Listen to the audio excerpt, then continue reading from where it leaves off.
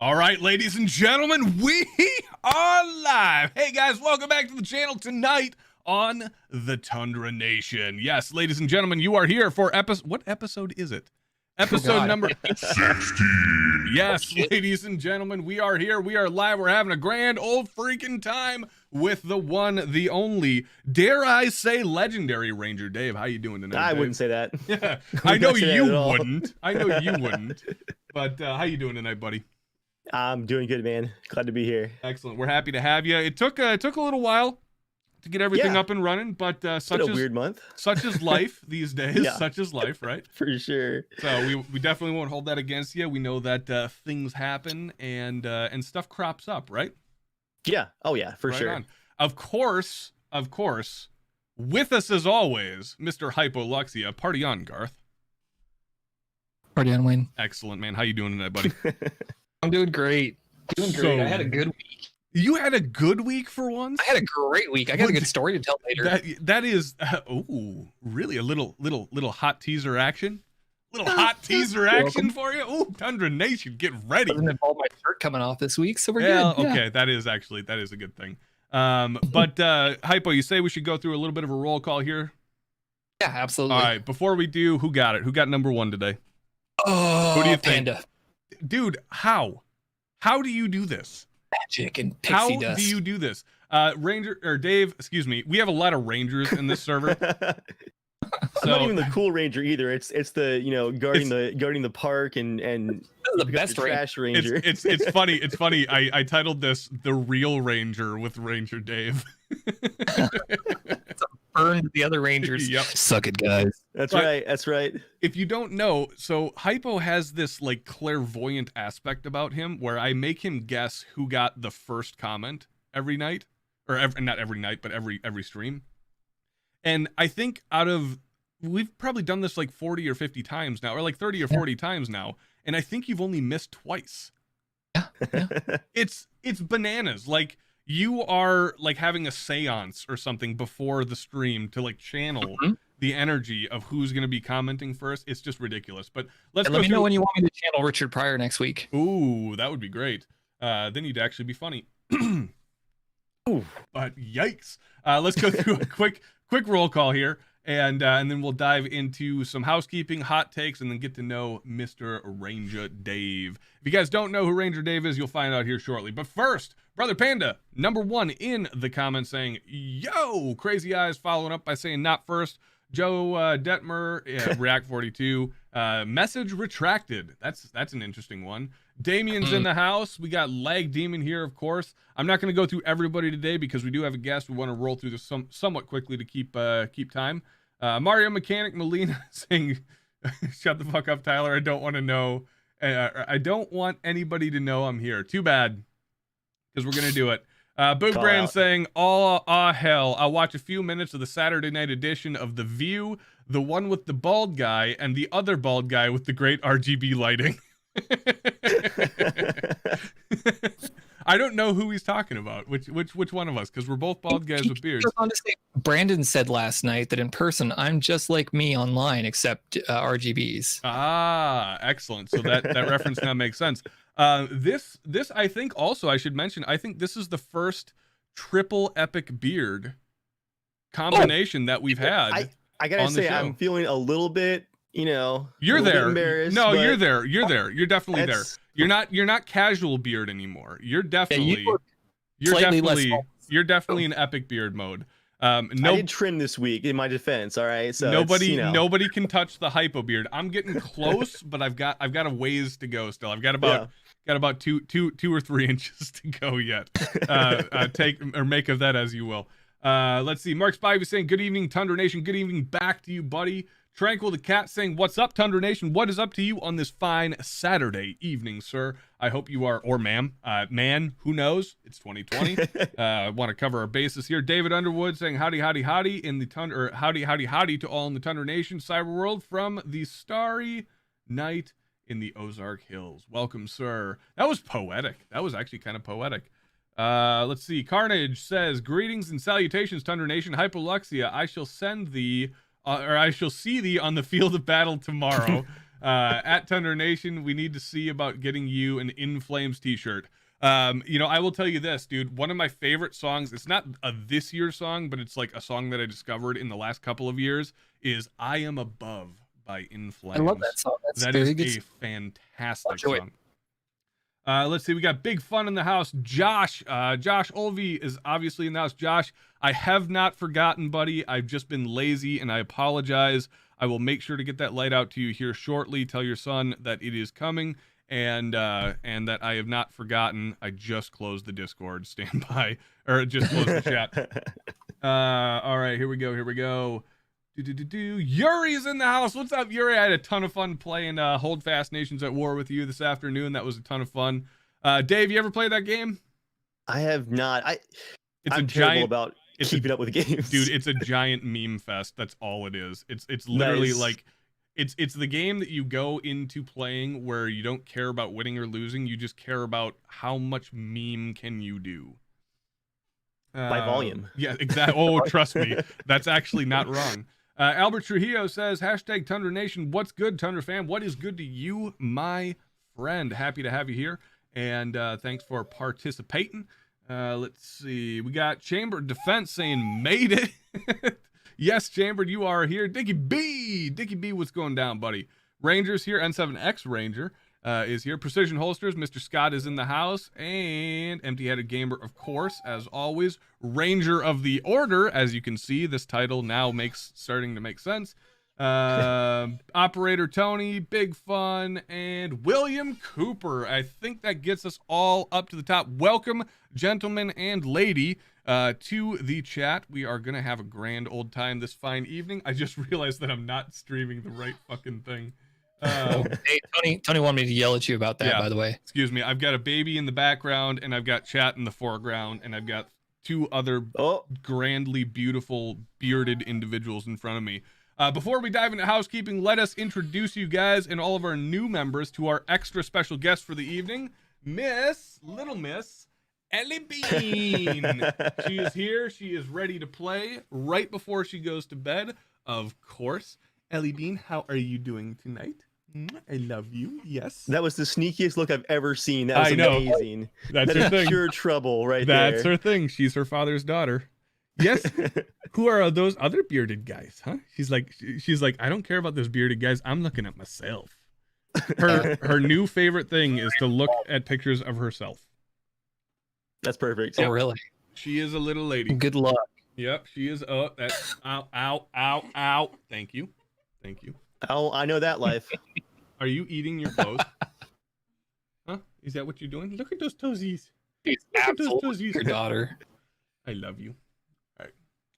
And of course, in the background, making the show possible, we have Mama Mego. Guys, let's give some hearts and smooches to Little Miss Ellie Bean, and some giant high fives and thumbs ups to Mama Mego, because without Mama Mego's support for the show, it would not exist, gentlemen. I don't know if you're married or have a girlfriend or whatnot, or even live in with your mom or something like that. If the lady of the house doesn't agree with what you do, that shit ain't happening, son. That's very true. That shit ain't happening. So we want to be very grateful to our two beautiful ladies sitting right behind us to allow us this time on Saturday night to hang out with the Tundra Nation. Yes, ladies and gentlemen, it is because of these two beautiful girls that it happens.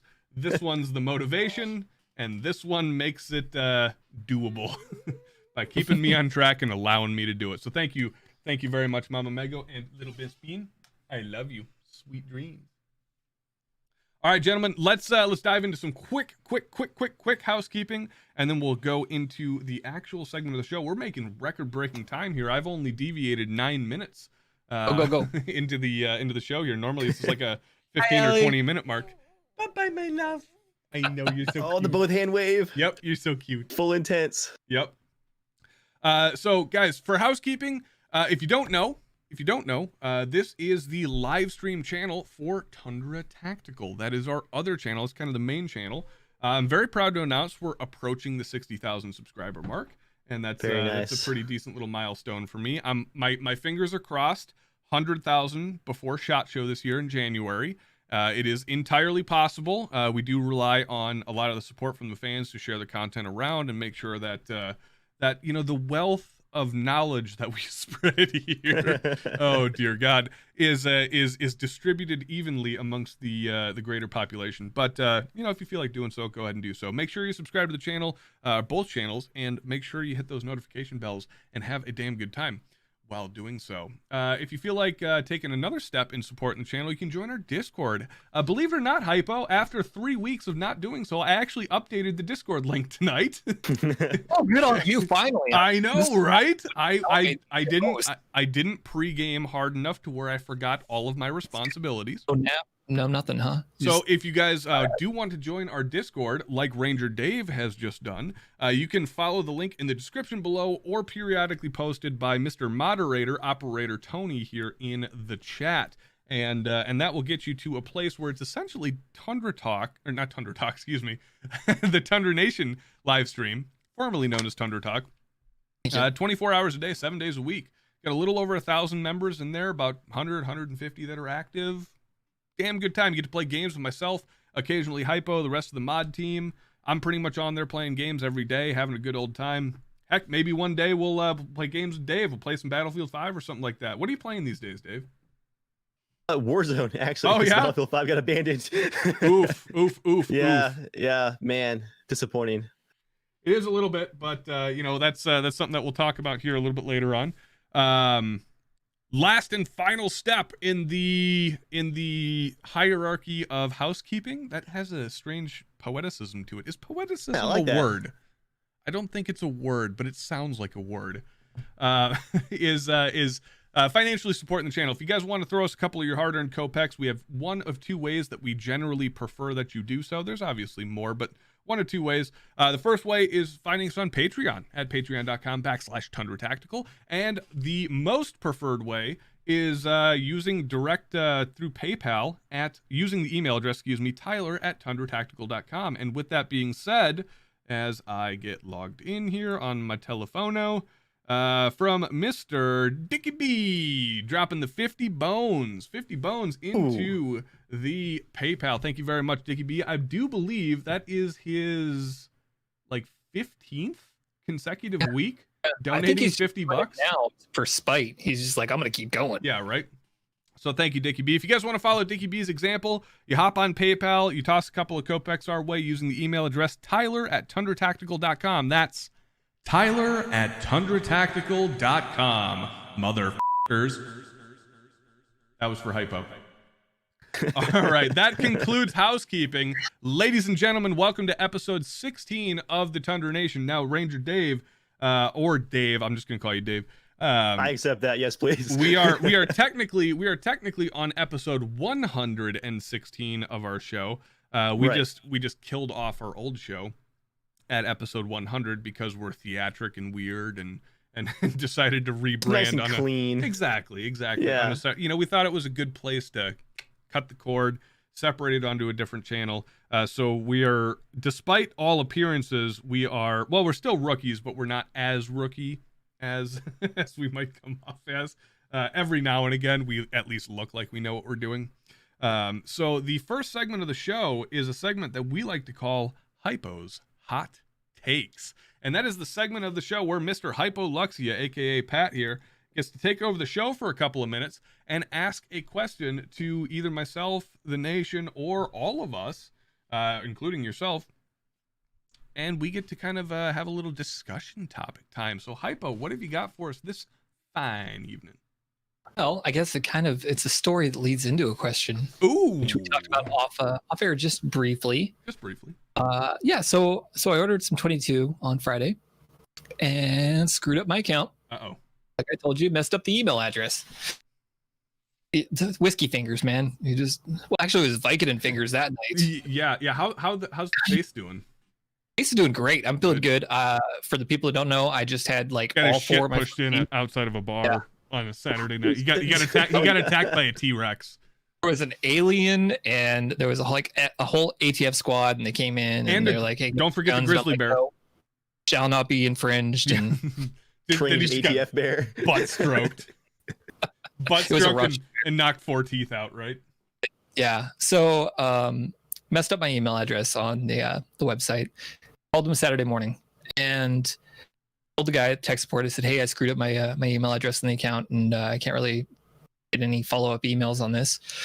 And the guy's like, "Okay, go ahead and give me your email address." So I told him, I said, Hypoluxa@hotmail. And he's like, okay, give me a second here. I'm gonna fix this for you. And I didn't tell him what the correction was. I hear him typing, and he gets back to me. He's like, "Okay, dude, we got like 400 orders here on back, and I'm just gonna go ahead and stick you to the top. I'm gonna drop the shipping. We're here in Vegas. Just send it down to you. You're like, an hour away, so we'll just go ahead and we'll ship it to you. It's fine." And I'm like, cool, that's awesome. Then it's weird to me that he didn't ask the corrected email address That and is how to kind of fix weird, it. yeah. It was really strange. So I'm like, okay. And I got an email from Ventura. And as I'm hanging up, the guy goes, hey, by the way, love the stream. Oh, you're fucking kidding me. Oh, nice. You're fucking joking. No idea how that happened. So I guess my question in the evening is, what? I know it's pretty fucking crazy. What was your reaction the first time that you like really got recognized in public? Like somebody noticed you. They're like, oh my God. This is great. I hope he's here. I hope he's here because he's here most weeks. The very first guy to ever recognize me in public, it goes by the name, you guys all probably know him in chat, by the name of Richard Olson. And it was him, his brother, and I believe his buddy. This had to have been, I mean, the channel's been around for about 4 years now. Well, like 3.5 years. And this was like 3 years ago. So it was only like 6 months into the serious kind of take of this channel. Because we've gone through a couple of iterations of our branding and figuring out like what we wanted to do and everything. But we were down at, I believe it was the Delta shoot in 2017. I believe that's when it was. Richard, if you're in the chat, go ahead and correct me if I'm wrong, sir. And we're walking around, and I remember it distinctly on the drive there. This was the first like firearms event, Dave, that we had ever been invited to. Not just like showed up at, but we actually got invited down. And it's a local range to Minnesota here, which is where I'm from. But it's a gigantic place. It's kind of like a little mini Disneyland for guns. It's oh yeah, hundreds and hundreds of ranges and stages. And the Delta shoot is essentially, the way I describe it is, it's like a goofy take on 3-gun. It's like a super casual and it's kind of like what Tundra Tactical is to the firearms world. That's what the Delta shoot is to 3-gun. It's like you're doing stages while you're like running around like holding a baby, like a dummy baby, or you're sitting on a toilet like shooting. That sounds awesome. It's completely silly and hilarious and awesome. If you've never been to the Delta shoot and you live in the upper Midwest, I would highly recommend going to it. Check out Allmans, AHLMANS range. I think it's just allmans.com. I'll be honest, I don't actually know. It's super fun time, and we get down there, we're having a blast. And I remember distinctly driving down there just saying, this is with like the OG crew. I've got myself, my camera guy, and one other dude who's not officially part of the team anymore, but he's still a really close friend. He helps out with the channel all the time. His name's Alex. And I remember going, what if someone like knows who we are? Like, how fucking cool would that be? How fucking cool would that be? Everyone, including myself, like, pipe dream, dude. Fucking pipe dream. Like, absolute craziness. We've done this. We've released like 15 videos at this point in time. Like, absolutely minuscule, nothing. No one even knows we're from Minnesota. So we don't even have like the local cred going. Right. And so we're rolling around, having a supreme time. Normally it costs like $100 and some odd bucks to get into this thing. They get us in there for free. We don't expect to shoot any of the stages, but they're letting us shoot a ton of the stages with like wicked demo guns and everything. It's fantastic. One of the best industry events I've ever been to over at Allmans there. And I think we were just like sitting up on a hill, taking a break, like catching our breaths, because it turns out that my camera guy, who is a machine, by the way, was running like 103-degree fever that day, and he ended up filming for like 12 hours without a single complaint. So he is the definition of the Terminator, or RoboCop, or whatever, Cylon, or whatever, nerd robot you want to. So that's pretty accurate. Mm-hmm. So we're giving him a quick breather, and all of a sudden, out of left field, there he is. Richard Olson's in the house. Yep. He goes, "Hey, it's the Tundra Tactical guys." And I remember, I don't know if I've ever told the story this way, but I remember distinctly, and I swear to God, like, I know I'm known for exaggeration. I am absolutely, like, this is a personal thing. I'm not exaggerating here. time slowed down for me. Like as I was turning around to acknowledge, or like as I was going to acknowledge the entity that said this to me, who that's an apt description of him, because he's not a human being at all. He is an entity. That's true. I remember like distinctly like having a conversation with myself, like, don't fuck this up, don't fuck this up, don't fuck this up, don't fuck this up, play it cool, be cool, play it cool, play it cool, be cool, be cool. And so he's, hey, it's the Tundra Tactical guys. And I was, hey, what's up, dude? You know, hey, how's it going, man? Hey, yeah, thanks for recognizing me. That was cool. You're the first guy to ever recognize us. You know, in the real world, you know, out in the wild. And on the inside, I'm like, oh my god, oh my god, oh my god, oh my god, oh my god, oh my god. So that is the grandiose answer to that story. Hypo is I freaked the fuck out, dude. And I still do. I still do. You know, I'm not gonna humble brag and call us a small channel by any means. You know, close to 60K is definitely kind of over the hump, I think. But it still gets me. Like when we were at SHOT Show last year, you know, that happened to us a couple of times. A couple of people pulled us aside and said, "Oh my God, it's the Tundra guys. I love how you shit on everything that I like." Wow. Okay. Hey man, you do you. We won't judge. But you know, We will on camera though. Dave, walk us through the story if you can remember.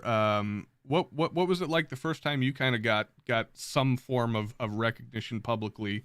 Or you guys hear Angry Micah there in the background? There's a howl going on right now. Oh, someone's up from his nap. I don't know if you guys can hear that. You got a raptor in your house? He woke up hungry. Oh man. Yep. Takes after his dad. I too used to have a raptor living in the house. Now I have a pterodactyl.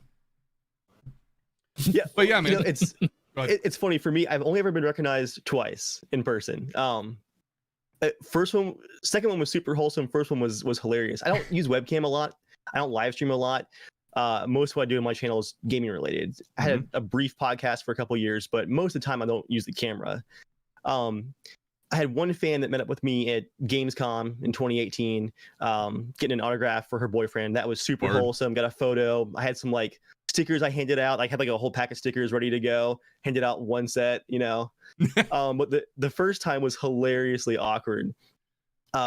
A couple years ago, I got big into Fallout 4. Into the settlement building stuff. I was like, oh man, this is like you're in The Walking Dead. You can build your community up and build all your awesome defenses. And I had fun building just these ridiculous apocalyptic settlements that would horrify a good friend of mine because the amount of hours I put into it. And you can tell I wasn't a dad back then. You know, I spent 100 hours building Fallout settlements at a time.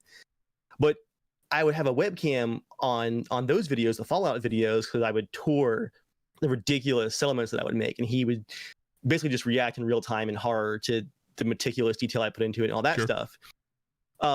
So it was a couple years after those videos, me and my friend were at a sandwich shop getting lunch together, and there was a guy a few tables away that was just like staring at us. And this is like small town, middle of nowhere. Like he's just staring. And finally, what's this guy's problem? He was weirded us out, right? Like I'm like, you know, back to the wall. Like, is it happening? Like, right. Is it about to go down? Like, what is this? That was the time.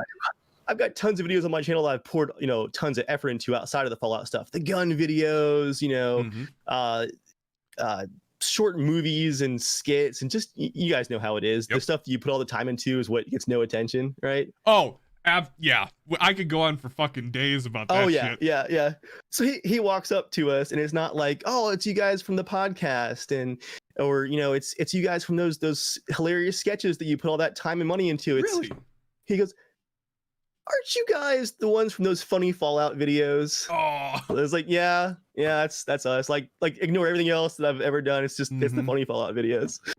It's always shit. Yeah, he was super nice. That's awesome. It was just hilarious. He's like, you're those funny Fallout guys, aren't you? You know, I have a couple of, dare I say, relatively popular YouTubers out there that are I consider to be close friends, and like even for them, the novelty. Well, maybe for Brandon a little bit, at least at events. I don't know if you're familiar with a gentleman by the name of Brandon Herrera, also known as the AK guy. There it is. Yep. Yep. Yeah. So he's a good friend of ours. He's been on the show quite a few times, and last year at SHOT Show, man, He was just hammered. So Everybody between 2 years ago when we first met him, Yeah. out at the Iraq veteran shoot, in 2018, to SHOT Show, he went from like half the size of our channel to where he is now, which is Yep. I think he's well over 500,000. Yeah, he's up there. I Like, think 600,000. Yeah, he strapped on fucking rocket boots and went straight to the Dude, moon. I've seen him everywhere. Yeah, 100%. He exploded. And so I remember very distinctly like seeing him at SHOT Show just getting mobbed every time I went up to like say hi to him, he'd just have like a I crowd. just want to talk to our friend, and he's got like a crowd of people, and he's just which is fine, honestly, because he's our friend. Like, I can call him anytime I want. These guys get like one time a year, to see him. But I remember distinctly taking a selfie over my shoulder of Brandon's face and just seeing this face. I've got one was just too. like, it was just sagged. It was just like, like he was so emotionally drained. And he's a young guy too. I don't know if you know this about Brandon. He's like 24. Oh man. 24? Yeah, he's a young dude. Oh. And he was just shot. I mean, shot. Like, granted, the dude drives himself like a freaking ox, dragging a plow across the field. It's a strange reference. But he was just drained out. But for most of the people that I know that are double the size of our channel or triple the size of our channel, like, even for them, a lot of the novelty hasn't worn off for them yet, which is awesome. I think that's one of the greatest things about a lot of YouTubers, in kind of our arena, if you will. Not necessarily firearms, but just kind of in like where we live, the combination of like games and guns and things like that is, when we get the chance to go out into public, there are some of us who are just like, okay, fucking incognito mode, let's go. But a lot of us, a lot of the reason I do this is I'm a closet narcissist. Maybe not so closet anymore. Yeah. But I'm just kidding. It's a running joke. I'm not a narcissist by any means, but I play one on TV, and and it's a fun experience. It's a fun experience seeing somebody light up and get really, really happy when they recognize who you are and have the chance to talk to you. You have a little minor celebrity status going on, and you say, hey dude, cool, thanks, and all the while inside you're freaking the fuck out. It's dope. I love it. It's a great it's a seriously great story though, Hypo, because like That was crazy. that story made my week, and I'm happy that it happened to you. It's good to be recognized. It's not you for once. I know, because I dominate. I talk over you constantly. I put a dunce cap on you and send you to the corner, and just kidding. So, all right, ladies and gentlemen, well, that wraps it up for Hypo's Hot Takes. We are going to dive into the meat and taters of this episode, which would happen to be episode number 16, titled The Real Ranger with Ranger Dave. And yes, as you can see, this gentleman sitting above me and to the right, which is pretty impossible to do in the real world, but in the virtual space, it is not difficult. Thanks, Discord. We have Mr. Ranger Dave. Dave, as I've asked you about 17 times so far, how are you doing tonight, sir? Still good. Still good. Actually. Excellent. Still good. 100%. Yep. Excellent. Things can change, right? Things can change. That's true. It's 2020, man. It could be like, dude, anything could happen. You could have locusts soon. You don't know. Yeah, my floor is acid. Like, my bottom half is gone, and you guys can't even see it. I'm just dissolving away. It'd be remarkable composure. Yeah, the show must go on. Remarkable composure. So we kind of made the joke about this, but I think this is the first like triple epic beard stream that we've had tonight, so I'm really proud of that. And of course we have Dave on. It's taken a little bit of planning to get Dave on the show, but like we said earlier, life happens. It gets in the way sometimes. Family comes first. Life comes first in a lot of cases. Your online strangers that reach out to you out of the blue don't really take precedent. But we are very, very excited and very happy to have you on, sir. I've been a fan of yours for some time now. It kind of started back in the early days of the Battlefield 5 stuff. Yeah. And my favorite thing about your channel was, and in a way, you know, don't take this, you know, too much to heart, but in a way, it was a pseudo inspiration for what I do for the gun industry, because what you do is you troll the shit out of people by accident too. Yes, yeah, complete accident. Yeah, we do it completely on purpose. Yeah. But some of my favorite videos from you are the flying videos where you're just going over the chat, just watching how much shade they're throwing your way after just completely waxing people in aircraft, and that's kind of where I fell in love with the Ranger Dave channel. But tell us a little bit about where, you know, you kind of alluded to the Fallout stuff and a few other things. That was an era. tell us how the Ranger Dave channel came to be. Go ahead, Hypo. Real quick though, I wanted to say thank you, Dave, because your suppressor video with your Form 1 build actually last like Great 2 call. weeks ago pushed me over the edge to actually go ahead and just do it and get it done. It was a great video. Like beginning to end, it was super informative. It was awesome. A little bit different than most of your videos, but it was really good, and I loved it. I loved it just because it was funny and it was educational. It was great, and that's kind of what I inspired to do. I should also Thanks, man. I appreciate that. I should also mention, prior to Dave kind of going into the history of the channel, is he does gun content too, obviously, as Hypo alluded to. Yeah. One of the things that we're kind of talking about in the pre-show is we're kind of opposites. You know, Dave over here has a gaming channel that kind of does the dabbling into the gun world. And then we have the gun channel that dabbles into the gaming world. So Dave, go ahead and tell us a little bit about where Ranger Dave as the YouTube channel came from. You know, it's funny. Every gun video that I post, I can guarantee that there's always going to be 2 comments every single time because of the way that YouTube pushes videos out, right? If you do a lot of gaming content and you switch it to something else, a lot of people will never even see that. So people are going to come in that have been subscribed for years, and all of a sudden there's like a suppressor video, and I'm building suppressors and shooting like a B&T APC-9, and they're going, where does this come from? This is crazy. And I'm like, here's a playlist from the last 5 years. Dive in. That's always a comment on there. There you go. And being mostly gaming content without a webcam, every time it's always like, that's what he looks like every single video with a webcam. He looks like a mountain man.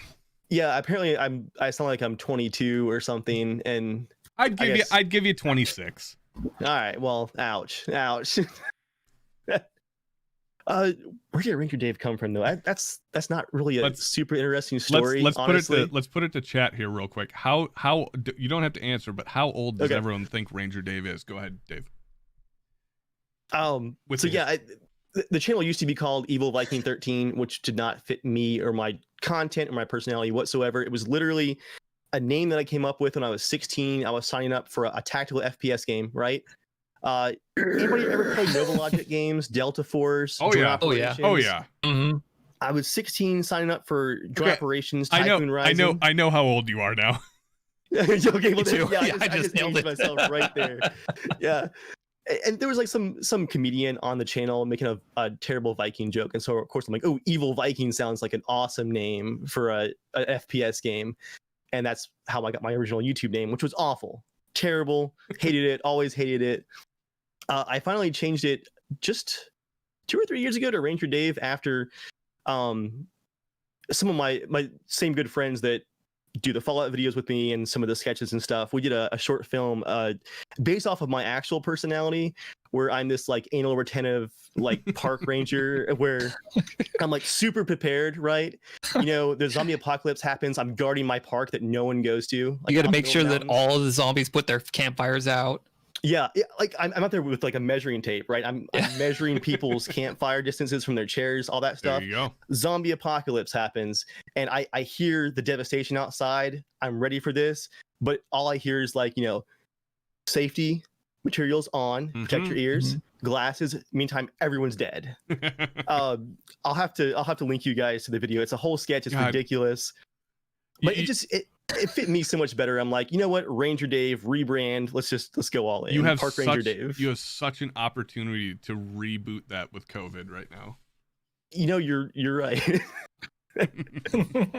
That's a cool story. Ears, eyes, mask, chamber check. Yep. Oh man, the chat's pretty on point here. That's kind of what I was just gonna go into. So, I'm That would have been my guess, is somewhere between the 34 to 36 range. Would I be? I'm saying 36. Well, I'm officially at the age where I have to think about it before I answer now. I forgot. You guys know yeah. what I'm talking yeah. about. Oh, dude, my birthday is in a week. It is in 1 week, and I think last week, either on the stream or directly after, I had to shout to the other room to ask Megan how old I was going to be. You did. I'm, I remember yeah, that I'm specifically. There. I'm there, dude. I'm definitely It there. happens to me at least like a couple times a year where someone's like, "So how old are you now?" And I go, Something. Survey says I exist. 32. Ah, if I'm correct. All right, Yeah. all right. Very good. Ooh, I okay. think I'm gonna be. Damn it, Megan. How old am I gonna be? I can't hear her through the door. I think I'm gonna be 34. Hold on, 33 or 34?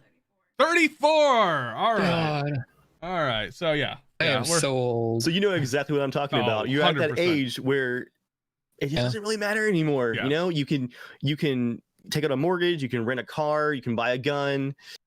fucking It's all good. full send, bud. Full send. Yep. That's Yep. it's cool to kind of hear the evolution of the Ranger Dave idea, right? That sounds like a bad 70s band. The Ranger Dave idea experience, right? It sounds like That's sounds right, like that's a, right. a Ranger Dave experience. a Prince cover band or something. Oh shit. Hashtag Yes. hometown hero. But yeah, man, it's cool to jeez. kind of it's cool. Hey, I've been to Paisley Park. It's cool to kind of see where some of, like, we've had actually, like, outside of Brandon and Coda and a couple of others, like, there's been one other, like, outside the industry dude that I've had on that's actually accepted the invitation to come in here and listen to this absolute degeneracy for a couple hours, who goes by the YouTube channel name Maximus. I don't know if you are familiar, but he does military vehicle kind of comprehensive talks and things like that. Nice. And he's a fantastic dude. He's a Brit who now lives in Canada, not terribly far. Well, on the other side of Canada, so like vertically not terribly far away from me, but horizontally still a little ways away.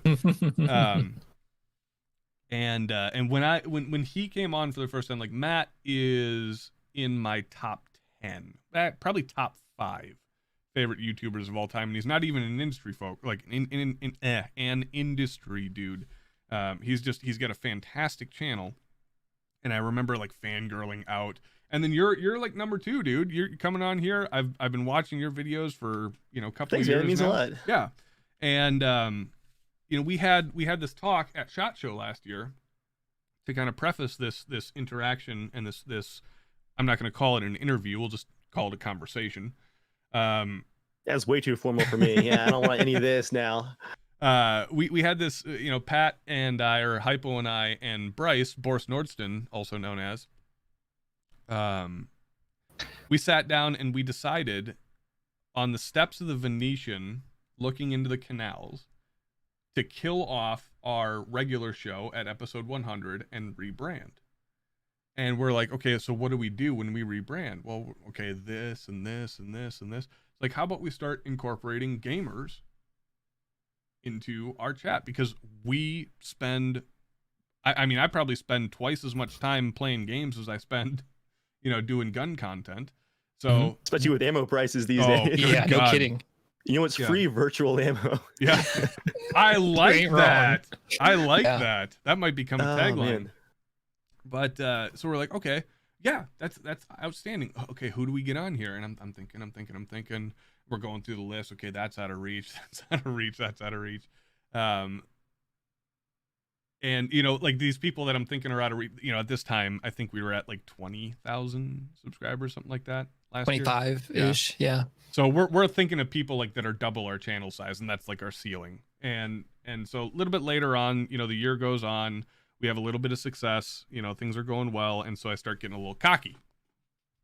And so I start reaching out to, some of my, the people that I watch, that I'm like, okay, these fuckers are never going to respond. And you did. And you did. And it was so cool, man. It's, on the opposite end, you know, you said you don't do a lot of live streams and things like that. Yeah, You know, on the opposite end of that, you know, when you have somebody that you watch and that you're a fan of, and you reach out to them, you know, you're thinking your expectations are low. Your expectations are very low, just because, number one, you don't want to be disappointed all the time. I know that feeling too. Yep.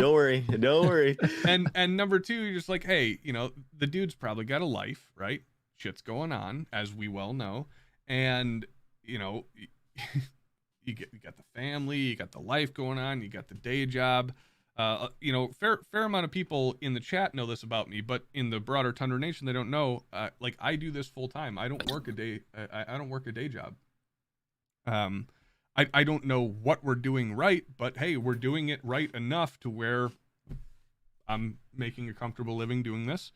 And dude, that's awesome. I'm very happy that I'm afforded that opportunity, courtesy of the fans here and the Tundra Nation. But when I reach out to somebody like that, I'm thinking to myself, they've got to have a day job, they've got to have a family, they've got to be doing something else. Bare minimum, they're working on content for their own channel, so why would they spend time? And like I said, you know, you agreed to come on, and it's always like that's kind of goes hand in hand with what we were talking about during the hot take, is not necessarily getting recognized in public, but when somebody gives you the time of day as a content creator that is bigger than you, or, you know, maybe in a different industry or different like clique or genre or whatever. I don't know what the word I'm looking for is, but when they respond back to you and say, hell yeah, dude, let's do this. And that was pretty much your response. You're just like, it wasn't just like, who are you? What is this? It was just like, which is funny, because how this actually is this is you guys doing this full time, having a part timer on. This is like a side hobby for me. I mean, I have no real posting schedule, no rules about what I post. I'm just doing what I want. I work in IT during the day. Like, this is just nice. Yeah, me too. Yeah. So, you know what's funny though is, like, even after that story about, you know, meeting people and stuff, and I'm still over here fangirling over you right now. I'm just like, oh my god, it's Richard Dave. It's so cool. I'm just fun, a boring dad, man. That's all it is. I feel you there. I feel you there. I'm sure you're a lot more entertaining to your fans than you are to yourself, though. I can speak from the fan perspective and say we enjoy absolutely. What you do. That's probably always true. Yeah. But I know that response. I've given that response many times. People, you know, for some reason, for whatever reason, I don't know why, but people watch our shit. Like, they actually watch it and they actually like it. Like, we literally tell them that they are the worst form of degenerate idiots on the face of the planet for making the decision that they did, and they're like, please give me more. What you do is trash. When you shame your audience and they're like, yeah, I like that. I get it's, I mean, point though, they're used to it. I mean, after this year, they're probably used to it. And you basically have, like, you've shamed them into some weird, like, a Stockholm syndrome. Yeah, exactly. Exactly. What's happening? I'm playing. You know, I'm good point about that, though, Tyler. Yeah, go ahead. Is one of the biggest bands that I liked was Typo Negative, and they did the exact same thing live. Is they would just say, "You guys paid $20 American. You're all fucking idiots for being here. Idiots! Look at us. We suck. You suck for paying us. You suck more." And people loved it. Yep. Brother, I think that's basically what you do. Brother Panda says, more pooping in the woods, or pooping the woods. Pooping in the woods. Right on, man. That's gonna be a T-shirt, by the way. More pooping in the woods, or more pooping in the woods. Yeah, somebody's got their kid poop in the woods today, so that's going on a T-shirt. That's there you beautiful. Go. That's what's the regulation there, Ranger Day? I'm just kidding. Well, you know, the hole has to be this many inches deep, and I'm a terrible ranger. So you're also a shooter, obviously. Well, maybe not obviously. I think my connection here out at the park is struggling. Oh yeah. Yeah, I had an outage yesterday, and when you emailed me, I was like, I really want to say yes to this. I've missed out on a couple of weeks now. I was like, but I've got a feeling. I'll be honest with you. You're coming through just fine on our end. Okay, so it's just me. All right, carry on. You're coming through, at least hypo. You can say the same thing. Yeah. Okay, it's just me then. Yep, Just my preview. You're coming. I'll let you know if it gets a little choppy. But Okay. So you're also a shooter. Obviously Yes. by what we see behind you, you know, we're looking at what'd you say that was? That is the Bren 2 carbine, the full size. Ladies and gentlemen, let's give this guy some street cred. I He is wanted a it. CZ owner, which means he has a man bun. I'm kidding. I have a fridge full of soy too. Don't undercut it. Like it's all soy, all the way down. How every many shelf. how many IPAs do you drink each week? I would have one right now, actually, except for I'm that guy. And I had a BC powder before the podcast instead of a drink, so I'm gonna take it easy on my liver tonight. And Fair enough. I will not. I'll drink for the both of us this evening. Thank you, sir. Mhm. Thank you. That's it. Team player. But yeah, man. So you're a shooter. You got you got a fair amount of experience, probably more than I do at this point. And I wouldn't say that. so the joke about us is we're the only gun channel out there that doesn't actually do any shooting. Yeah. I think in the last probably 3 years we probably released 4 videos of us actually shooting guns out of the 200 some that we've released. Most like I said, most of it is literally just me shitting on people's decisions. But so you're I'm out gonna there. say that 511 video. All right. You did watch something. Right on, dude. All right. Right on. That hurts. All right. It's things. Well, it was in all honesty, it was a shot at me. If you didn't catch it, I was wearing the 511 shirt, Oh, I had yeah, the 511 pants on, and people always give me crap all the time. It's like, oh, you all, like the people who don't get the bit. They're always like, oh, you always make fun of everyone else. Why don't you ever make fun of yourself? It's like, damn it, dude, I make fun of myself almost every It's the single best video. part, right? Almost every video. Or When excuse it me. hits home is when it's the funniest. Excuse me. My writer makes fun of me almost every single one of my videos because I am not clever enough to write the shit that we put out. I'm very Let's writes it. I'm very, very fortunate to have 2 outstanding writers. Thank you, Carnage, and thank you, the Milspec guy, for everything that you guys do. The Milspec guy is currently deployed to Djibouti, and he is writing a lot less for us. So this most recent video that came out yesterday was written by Carnage, which is doing fantastically well. Carnage, I don't know if you know this or if I've said this to you, but hour for hour, day for day, it is our second ranked video in the first 2 days. Yeah, boy. So well done, sir. We appreciate your hard work, and I know you put a lot of effort into that when you were fucking exhausted. So thank you for sacrificing some of your sanity for the Small slice. Yeah, right.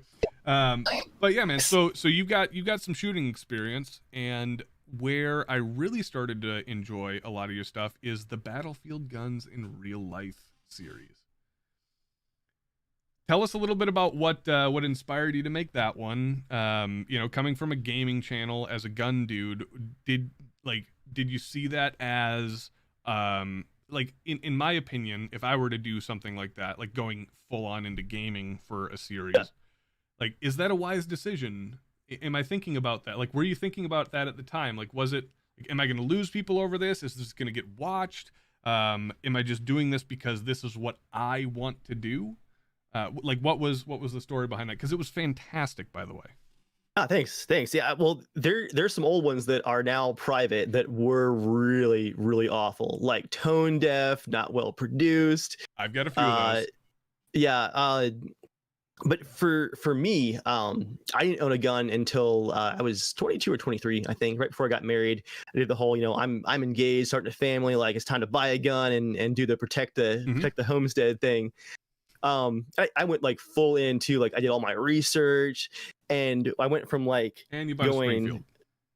What's that? Or you bought a 1911. And then I bought all that research, and then I bought a 45, a Rock Island too. I remember saving up as a poor college student. I saved up for months for that gun too. So that was the transition into the firearms life. Was it like most people where, okay, you got out to the range that first time, you pull that trigger, bang, I'm in love. For me, I loved it, but dude, I was beyond garbage. I was such an awful shot. And you know what no one should ever do is with like skinny little IT arms is pick up a 45 and learn how to shoot pistols with a 45. I learned like the worst trigger jerk and like anticipation and the worst grip possible, starting with that gun. But you know what? You start at the bottom and you can only go up from there. There you go. There you go. That's one way to look at it. So you progress through, you know, okay, hopefully those skills start to advance a little bit more and a little bit more. So you have your 1911. What's the second gun that you pick up? Second gun was a CZ. There it is. You know, I'm setting my ways at that point. I started out with the hammer fired, you know, single action, and I'm kind of stuck with it now. I'm already an old FUD. I'm stuck in my ways now. Well, I would argue that with the CZ stuff, that is less fuddy than just your traditional 1911s. That's even though like a 75 or a similar series gun is not quite as old as like a 1911. It's maybe on like the Beretta 92 timeline, somewhere around there. So you're yelling like Colt 2 World Wars. Yeah, right. But it's got that exotic nature to it. It's like the slightly adventurous FUD, It right? is, yeah, like he's okay, you know, he goes to church on Sunday, but you know he has a kind of a wild Saturday before. Yeah, instead of like wearing like red and brown plaid, he's like wearing like pink and green. Yeah, Ooh. yeah. He gets the Hawaiian sling. Doesn't quite understand it. Oh, yeah. Yeah, he's just like, you know, he's willing to experiment. I like that. That might be one of the most like introspective #vocab. One of the most introspective deep dives into FUDism, which is not also sure not if you a guys word. can still hear me, but I have officially lost connection. It looks like I can hear you. you guys are full robot for me. Sorry about that. No, you're good. You're good. Let me shoot you a message on Discord. Can you shoot him a message on Discord, Hypo? Let him know we can still hear him. So yeah, that might be one of the most like introspectively deep. Hang up the call and come back in. Maybe that'll That's fine. help stabilize things. Hypo, go ahead and take care of him. All right. But yeah, that might be one of like the most introspectively deep things, like deep dives into like FUDism that we've ever experienced here on Tundra Tactical, going from the like how to identify your traditional FUD versus somebody who maybe walks the line a little bit, but not really classified as one. It was very deep. It was very deep. Are you taking care of Dave? I got Dave. I'll take care of him. Take care of him real good. Yeah. Real So, good. do we really want to deep dive FUDisms though? Do we need to get behind enemy lines so much? I don't know, man. I don't know. We'll be. I'll tell you what. Here, it's a perfect opportunity to tease it. Stay tuned a little bit later on in the show here, a couple of minutes from now. We'll be diving in to a brand new segment. Dave, do you got us back, sir? Oh, I've still got full robot. Definitely robot on my end. Full robot. Just tell him, Hypo. Just tell him to hang out for a little bit, see if it gets a little bit better, and then just tell him to rejoin from there, and then we will officially dive. Tell you what, guys, I'm gonna go for the full modem restart. We're gonna go full on IT on this thing. I'll be right back. All right, buddy. All right. So, guys, while he's doing that, I think that it is time to debut a brand new segment. But before we do, I was going to do something today that I totally forgot to do, and I apologize. We had a sponsor that we were supposed to promote today that I totally spaced on. So Chris, if you're watching this, I apologize. So I'm going to do the sponsor spot now. I got something in the mail a couple of days ago that was really, really cool. I wasn't really expecting this, and it took me a second to kind of figure out how it relates to the channel a little bit. But then after I thought about it for a second or two, I thought, man, that's actually kind of like apt for the times, if you will. So sure. I'm going to go ahead and say that the very first segment, I'm going to have so much trouble saying this with a straight face. The very first segment of FUD Finder, that's FUD Finder, is brought to you by, I'll be honest with you, I don't even know if I'm pronouncing this right. I'm pretty sure it's Acre. Acre Gold, even. So this was sent to me. This is a 2.5 gram brick piece, slab, if you will, slab o gold by Acre. And like I said, originally I thought that, like, how does this relate to Tundra? Like Easy. guns and things like that. But then I started looking at the world around me. And I'm like, it starts to make a little bit more sense now. Because let's be honest, we're not in the greatest place as a nation. We're not in the greatest place, maybe stability wise and things like that. And in terms of protecting an investment or protecting, the wealth that you have in investment, maybe you should look into buying gold. And if you want to do so, you can go ahead and oh shit, I didn't. God damn it, there's always one fucking thing. I didn't include the affiliate link. Well, screw it. You don't even have to use our affiliate link. Check out Acre Gold if you're looking to maybe secure the long-term value of your dollar in these troubled and uncertain times, especially with the election year coming up. Who knows what the hell is going to happen? So secure that investment, secure that dollar, and check out Acre Gold today. Tell them Tundra Tactical sent you by, because I was too much of an idiot to include my affiliate link in the channel. So thank you, Acre, for sending me that little gem there. Quite well, not gem, but precious metal. Yeah, that was actually unintentional when I said that. Like that little gem, not a gem. Yeah, that piece of precious metal. We're very grateful for it. We have a 2.5 gram little piece of security and safety that we can physically hold on to and know that it will be valuable. So check them out and let them know Tundra Tactical sent you. Thanks, Acre Gold, if that is in fact how you pronounce it. And I apologize if it ain't, because I am new to this and I'm working on it. So as we're waiting for Mr. Dave to come back, we are going to be debuting a segment. I'll apologize. I'm going to bring something up on the screen that's not supposed to be there here for just a second. And we're going to be debuting a brand new segment called FUD Finder. Now, like I said, FUD Finder is brought to us this week by Acre Gold. And we are going to be saying a very special thank you to one N7X Ranger for his contribution to this. So I tasked N7X Ranger this week to go onto Facebook and, social media in general and find like the cringiest FUD postings that he could possibly find.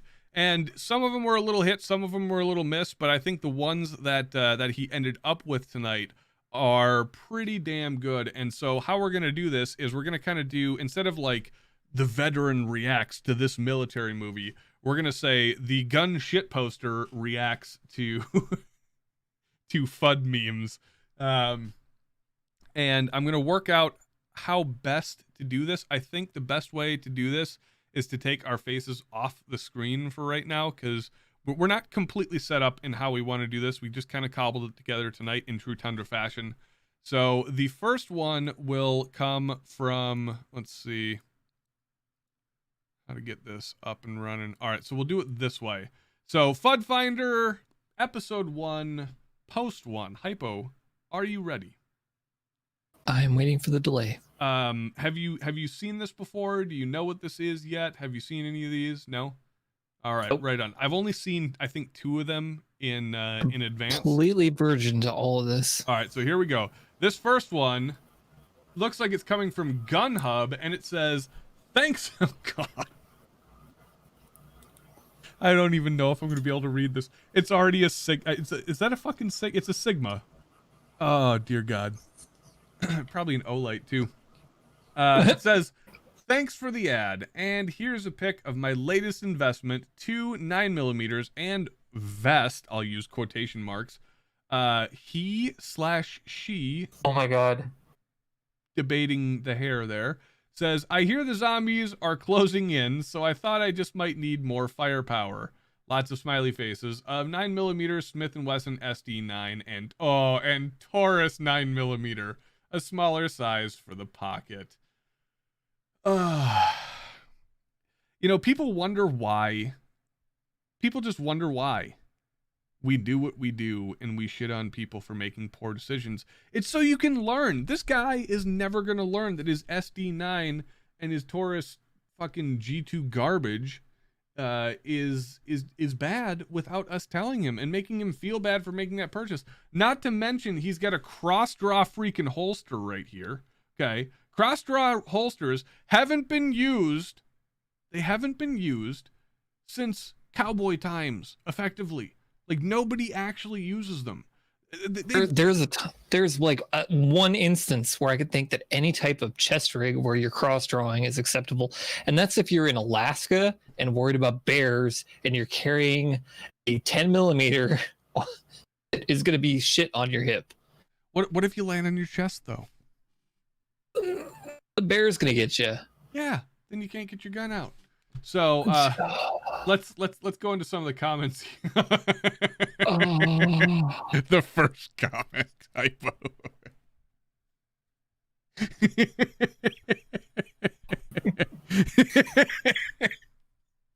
The first comment says, "What in the government assistance is going on here?" David or Blake says after that, he says, "David, he deleted the post already. Said that his vest he was wearing was military grade." Oh my god, that is one of the most fun cringe statements. If you own something and you refer to it in public as military grade, you should be embarrassed, because military grade does not mean that it's good. It means that it was just like it might not be bad necessarily. Most of the time it is, but it might not be bad necessarily. It's just, and it's just like.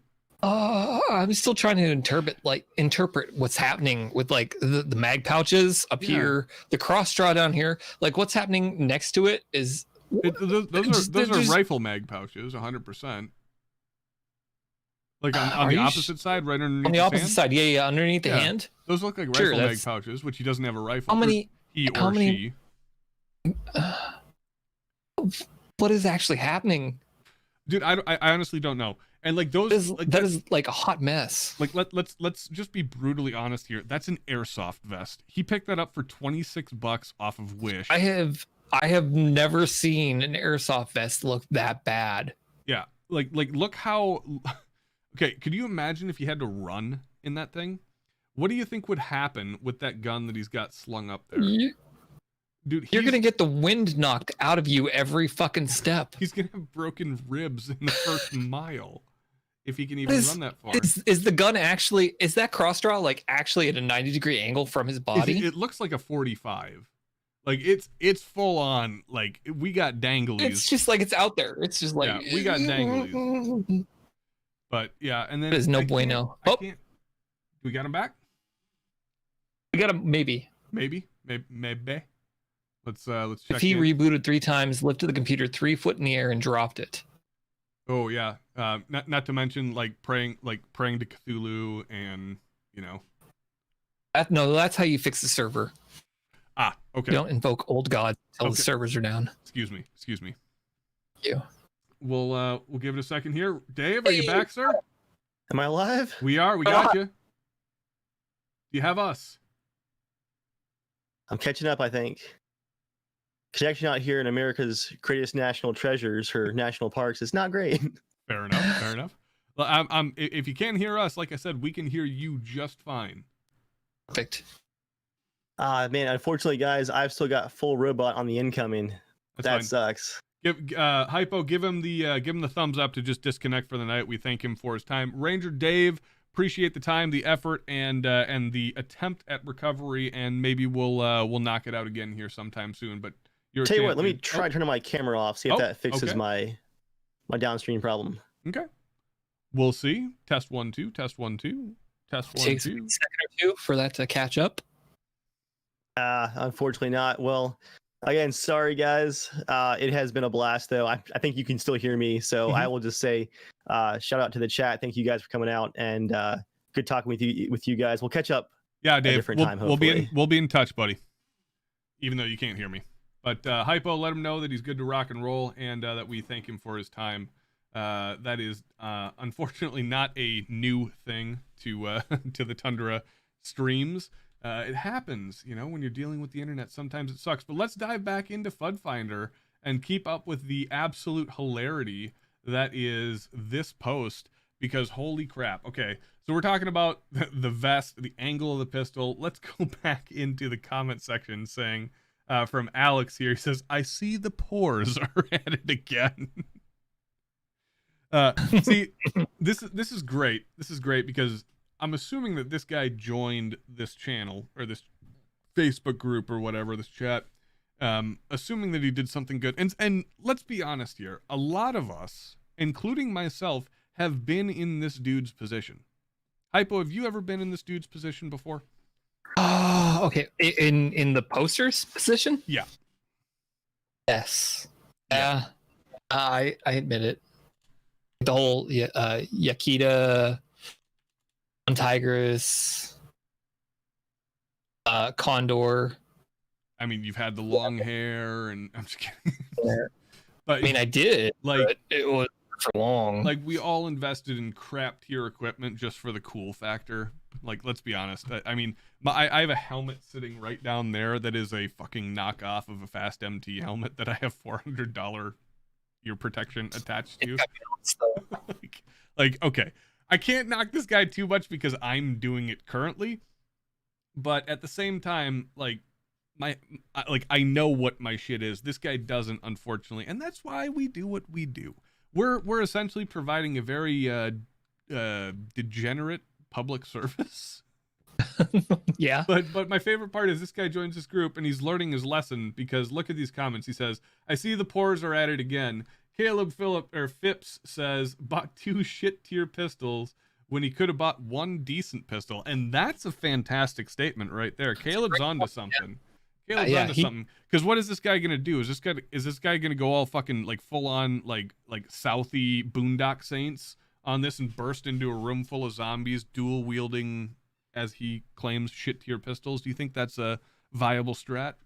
You think the MSRP on both of those is so? Like the G2, G2's like $299, $350, something like that. Right around there, okay. And then the Smith & Wesson, about 350, 400.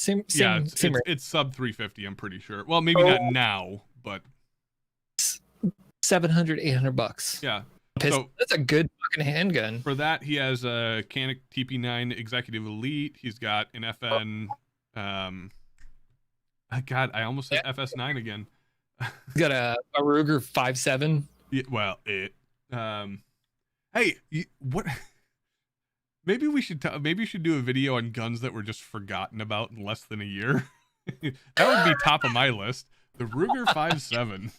5.7. Super hype for 1.5. Exactly. The next comment comes from Kevin. He says he must have spent a whole $5 on that gear at wish.com. That's pretty much what I said, Kevin. Well done. And Tyler rounds out the comments by saying, Kevin, that vest is straight up from the dollar store. And it 100% is. It 100% is. Yes, the Adventure Capitalist says they don't even take the same mags. Dang. Unfortunate. Our next post comes from this guy, and he says, why do pores love the Springfield XDs and Hellcats so much? Hypo, I have a question for you. Are you part of this club? Sure. What's that? So, okay. What's okay, that? so What's that? I bought mine person, you son of a bitch. What's that? Huh? What's that? XDS just as good. Oh, you have an XDS. Hey, can you tell me why you love being poor? Oh. God damn it. So Joseph asks, why do pores love the Springfield XDs and Hellcat so much? Trip responds insightfully by saying, pores typically learn everything they know from boomers in their family. Not a terribly misinformational statement. I don't think that's a word. And although they want to play in the polymer gang, they know Uncle Jeb would never approve of one of those commie foreign Glocks. But wait, what's this? A blocky polymer gun made by and for blue-collar Americans from an American company? Just like Uncle Jeb's Sporterized 1903. It even has an extra safety like Grandpappy's World War II winning Colt. That is a comment for the ages right there.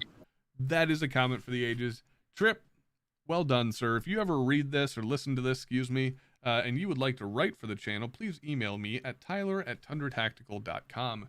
That'd be fantastic. Rick comes after him by saying, poor decision making. Being a poor doesn't necessarily mean being financially disadvantaged. This is actually a very insightful comment, Hypalexia. It is, because an XD and an XDS are an average price. They are on par with Glocks. I think he's saying something different. Okay. So I don't think he's referring to the value of the gun. I think he's referring to the state of mind. I think so too, and that's kind of my point. Okay, you're just going about another way of saying it. Being an XD owner, being a poor, you were spending the same amount on something that could have been quality. Yeah, that's what I'm saying. Yeah, could have been. Unfortunately, you were misled. I'll tell you this. As of recent, can you? Oh damn! Hold on, I gotta set this up. While you're doing that real quick, I got a message from Dave, and I wanted to pub something for him real fast. Yep. He just dropped a 2-minute teaser video for the chat. Oh, right on, dude. Yeah, so everybody who's in chat, not right now because I will beat your ass because we're watching this. But he says, the stream might enjoy this 2-minute teaser, haha. And it's called Ranger Dave, Welcome to Average Rainfall National Park. Right on. Please, if you've not watched his videos, go watch his videos, subscribe, like, hit the bell, jingle your balls, do whatever you do to get videos to show up on your YouTube, because they don't sometimes. Don't do that on a video response though. Not the jingle your balls portion. No, so that's my OnlyFans. Oh yeah. All right. Let's see. Let's get this back up because I clicked off of it. I just realized that I probably typed that live. Whatever. So if you get that message that I just sent you, send me a picture of that. Good gracious. All right, there we go. So I have recently found a singular reason. I've recently found a singular reason to promote the value of HS product. If you guys don't know, that's the actual manufacturer in Croatia of the Springfield XD series, or most of the Springfield, well, no, all of the Springfield XD series of guns, from the XDMs, the original XDs, the XDSs, and things like that. All the 1911s, at least to the best of my knowledge, I think are made here in the States, but their XD series are not made in America. And one of my favorite things in the past was to hear the FUDs come up to the counter and be like, "Yeah, let me get that made in America Springfield XD." I was like, "Yeah, man, look at the slide though. It says made in Croatia." He's like, "Croatia? What state's that in?" I was like, "I don't know, bud. Maybe guns aren't your thing. Stick to It's east of Virginia." Yeah, stick to harsh words and spitballs. I don't know. But do you have something for me, Hypo? PM. Yeah, go Croatia. Yeah, go ahead. Go ahead if you can, please. I don't have it. I saw that and I lost my shit. Please go ahead and grab me one while I delay a little bit longer. But to reiterate, I have recently found a singular reason to support HS Product, the manufacturer of the Springfield XD series, and that would happen to be... I'm working on it. I'm going slow here. Jesus Christ. It would happen to Croatia a lot in the Discord. Trying to delay more. I can't delay anymore. I've used it all up. I'm sorry. I'm trying, chat. I'm trying. It's just, I've got, I'm happy that we don't have you titled as technical director and studio engineer anymore. Oh, I'm glad you. Because I would be angry at you now. I'm just kidding. I wouldn't be angry at you. I got you. Oh, he's got me. All right, full send. So to reset that bit up, I have one reason why I would support the Croatian company of HS Product, and that would be to impress that one right there, the Prime Minister of Croatia. I'd vote for her. Would you? Come on. I mean, come on. She can buy my guns anytime. Sorry, Megan. Please don't hate me. Don't. Yeah, I'm gonna get shot after the show. I don't want to ignore Trip's last comment here. Jack Napier says the XD and XDSC are great firearms. No, they're not. Trip says, stop. Might be one of the best memes. I'm gonna have to use that in future reactions. But oh goodness gracious, yeah, the chat's starting to agree. The Prime Minister of milk trucks. Oh goodness. Not gonna lie, your prime minister's a milk truck. Yeah, maybe we'll get her on the show sometime. The next one comes. Hey, it's another Springfield meme. Oh. Noticing a trend here. Okay, I'm gonna go out. Everyone knows my stance on mayonnaise, right? Yeah, I'm pretty sure everybody knows my stance on mayonnaise. I'm gonna go ahead and say this is more disgusting. I mean, okay, let's critically analyze. What is happening here? I don't know where to begin. Okay, number one. Where do we start? Number one. Wait. So good job on the SB3 brace. Yeah. Okay. Maybe. Number one. Let's not fail to note that is not an XDM. That is an original XD. Like an OG. What was it? H2000, HS2000 from HS product? I can't get beyond the 3x magnifier on the Wish Cobra site. Yeah, right. Not even a True Glow, and I think it's a Bushnell 3x too, which is garbage. Okay, so before we go too far into this, it's on the Springfield XD/XDS/XDM/XDE. Side note, the XDE is arguably the most garbage pistol of all time. Arguably, maybe not definitively, but arguably. Agree. That's trash. This person says, new to the group. Thanks for the accept. My XD9 plus Fab Defense. Hashtag non-NFA. Okay, first of all, you shouldn't be proud of literally anything on this gun outside of the Fab Defense. Okay, let's be honest here. When your chassis costs probably 2 to 3 times as much as the gun that you're putting it in, that is your first mistake. You shouldn't. It's like people who go out and put the freaking like custom like $1,000 stocks on their Mosins. What's wrong with you? It's the same. It's the exact same discussion we were having in the last bit where we're saying, hey, I'll tell you what, bud. I'll tell you what. Just go out and buy something good. Fucking good first. And then you don't have to embarrass yourself. Go ahead. Use everything, okay? Beyond the flashlight / laser, which I'm assuming is what that little gold dot is. Freaking lasers. Laser beams. Okay. Why does he have a single point sling on this fucking thing? Who knows?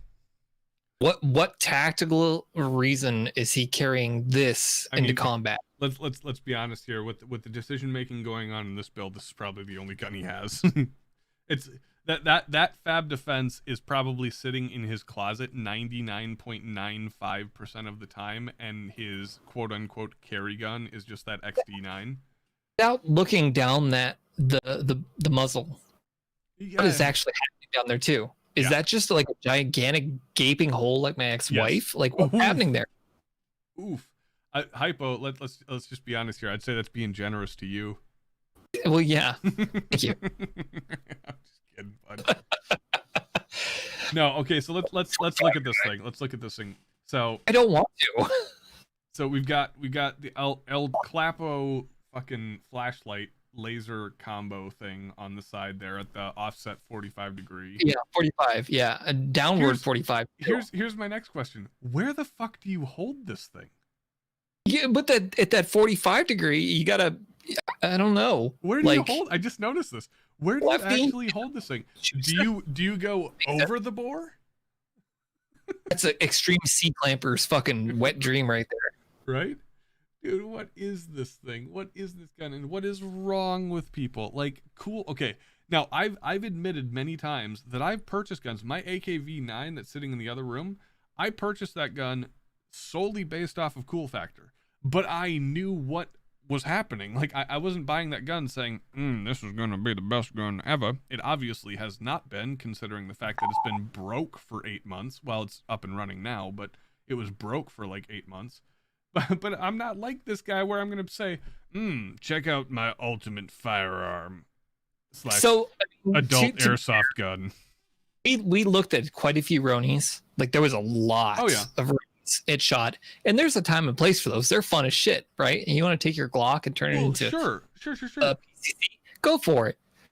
What the abortion's happening here though? Like that is Well, and that's the thing is this is the guy, okay. So this is the guy at the party who takes all of the designer clothes he could possibly get a hold of. Or, excuse me, all the knockoff designer clothes that he can possibly get a hold of and wears them all to one gig. all at the same time. Yeah, he's got like it's out of taste. It's out of fucking taste. It's just out of taste. Let's go into the comments. So, Joe is saying, this isn't just poor, this is advanced poverty. I nailed it. Somebody needs to send me that meme. Somebody find me and send me via Discord, via DM, that meme so I can use that in future videos. Bob Jones says, what in the Super Troopers go to the Special Olympics shit is that? That is possibly the most accurate way you could potentially describe that firearm. Just wow. You know, Austin goes on to say, $10 says you dropped it, it would disintegrate into the sum of its parts. I hope he drops it. That is good. Let's dive into the next one here. Wait, real quick. Oh dear God. Is that on a mount on the table? Yeah, it is. It actually has that displayed. Mm-hmm. Yeah, he's proud of that. He's proud of that. It's unfortunate, but hey, yeah. Second Amendment isn't just for the people who can afford it, right? It's also for idiots. There should be an IQ test. God, you're really gonna love this next one. I just got a sneak peek. 3473 should include an IQ test. That's not a bad idea, but I think that would eliminate me, you, and quite a few of the higher than double digits. You're all right. Yeah, fair enough. But Hypo, I've got some bad news for you, bud. Oh, don't make me look at more. Do you have some like anti-vomit medication? Some anti-emesis medication, #vocab. Yeah, because you're gonna need it for this next one as the stream catches up for you, because oh my God, oh dear. I'm waiting. I'm just gonna wait. Catch my reaction to this. I'm sorry. Actual reaction. I can't see you right now, but I'm sorry. Everybody else can. I'm sorry. Eltec is making one of these right now. Oh, I don't even want to know what's happening. Why is the delay so bad? It's, I don't know. We'll just wait. We'll time it out here. We're good. Oh. Yeah. Like I said, I'm sorry. I'm sorry. Actually what nightmares are made of. It is. Yeah. We most of you guys know here on Tundra Tactical, we have a seething hatred and disdain for the company Sky, SCCY to some, and their want and desire to make themselves relevant. That's failed miserably over the years, as noted in their appearance at last year's SHOT Show, most prevalently. This one is coming from Kevin Will. Says, my old lady's gun was white. I dyed it purple, and I dyed it purple. It writ dye looks good, even if it's a Sky. Okay, at least he says even if it's a Sky. Oh, okay. Okay, he gets a little bit of credit back for that, and and she can't rack it, and she carries it in her purse. Wait, what? So Okay, so let's give credit real quick. okay, This very decent RIT dye job, and RIT dyeing polymer is a legitimate way of actually coloring firearms, specifically magazines. I've never seen a sky dyed that color though. How much do you think that RIT dye job would cost in terms of time and labor if you were to assign a dollar value to labor? RIT dye is right around $9 for a large bottle. So we'll say about $9. Labor and hours. Let's say this guy's worth about. I mean, did a good job. About $14 an hour. Yeah, he did a great job. So maybe we'll say about $45. Okay, so $45. So a third of the value of the gun. I would say about twice the value of the gun. Yeah, right. Well, third of the MSRP of the gun. We won't say the value. Here's what I find interesting. He says, and she can't rack it, and she carries it in her purse. So why would you not just buy her a new gun? Why would you dye the fucking gun? Evan, if you liked her, why? If not, I understand. He might be going somewhere with this. Is she rich? Yeah. So we'll say for Kevin's legal reasons, this is a joke. Wow, oh my god, yeah. that is. I don't know, dude. I don't know. Let's dive into the comments here. Damn. As somebody who's taken apart one of those fucking things. Oh yeah. Good job. Oh good job. Yeah. That is an actual Tetris fuckfest. Get the safety off, the slide stop off. It's not quite in like the Ruger Mark II, Mark III category, but it is. Not or the XDS category, but it's definitely. It's not a family friendly gun. It's not an easy gun. But let's dive into the comments. Philip Parrish says, "Brother, this poverty it offends me. It offends me. It offends me." Yes. Ban Ellis says, "Doesn't matter if you can't rack it, it'll jam anyway." I don't know. Hypo, are you enjoying this segment as much as I am right now? Yes. Chat, I'll tell you what. Chat, we still got another couple of posts I think to go through. Are you guys enjoying this? Because I'll be honest with you, I'm having a ton of fun with this one.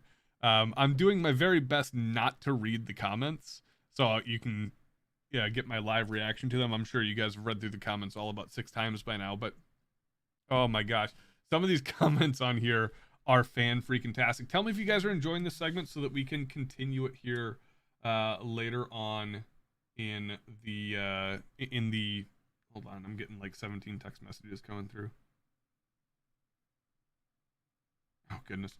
Anywho, yeah, tell us what you think, and we will continue it on if there's enough support for us, or for it, not for us. Don't support us, support the bit. Dustin Reed says, "Would you let your lady carry a gun that she can't even rack? Dick move." Kind of a dick move. That's what I'm kind of thinking. Like, if she can't rack it, okay, yeah, if she's got a round in the chamber, all she's got to do is pull the trigger until inevitably, because it's a Sky, it stops working. Like, the Sky pistol and, like, some of the Taurus guns and some of those other, like, budget pieces of shit, arguably, those are the guns that you need to be putting into pros' hands to use, so that they know the people who know their malfunction drills, the people who know how to clear, type 1, type 2, type 3, the John Koreas, the John Lovels of the world, the Garanthams of the world, like the people out there who train religiously with firearms. These are the people that they're never going to, but if there was somebody that was like qualified to carry it, that's the type of person. Not your that's what I would want carrying wife. it. Not your fucking Tyler, wife. Who I just thought of a great question for you. Yeah, what's up? What gun would you feel good about Meg carrying? Well, considering based she's on actually, those qualifications. Yeah, I'd probably put her behind a 19. Yeah. That's 100% what I would put her behind.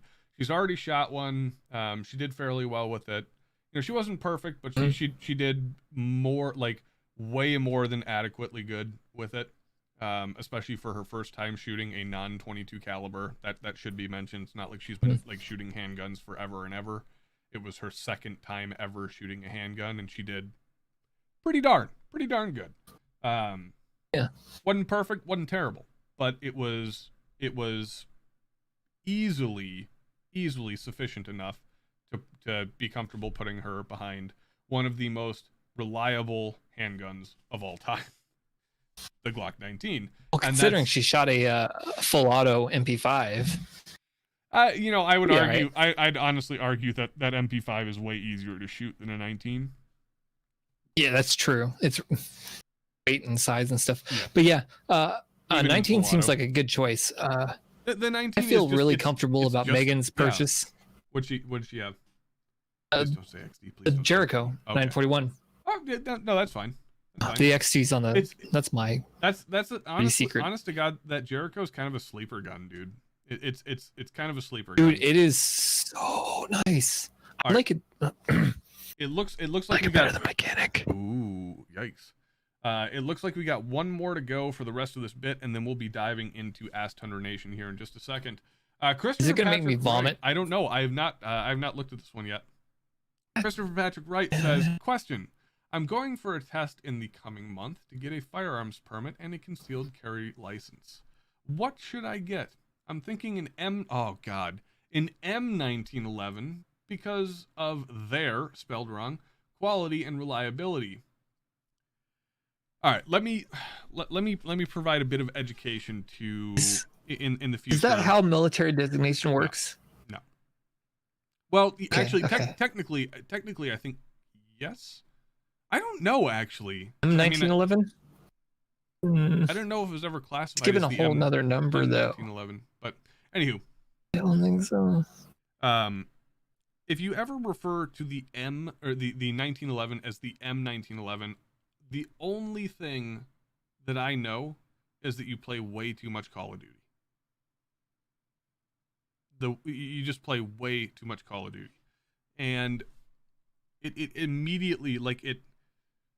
I try my heart. Well, this is gonna sound crazy coming from me. I try my hardest not to judge people in person. I judge you all fuckers all the time, all you fuckers all the time on the internet. I try my hardest not to judge people in person where I might actually have an impact on somebody's decision-making capability. But when you say M1911, it's just like, dude, come on. That's not... You're not buying like a fucking... like a Colt A1 or anything. It's not a military gun. It is designed after. It's like the 92 FS versus the M9. There's a nomenclatural difference. Hashtag vocab. I still don't think that's a word either. Nomenclatural. Nomenclatural. Nomenclature. Wait, No, can we make nomenclature a word though? I like nomenclatural better. Nomenclature just. Okay, fair enough. I mean, nomenclature does sound pretty on brand with Tundra. I don't know. Should we call it nomenclature or nomenclatural?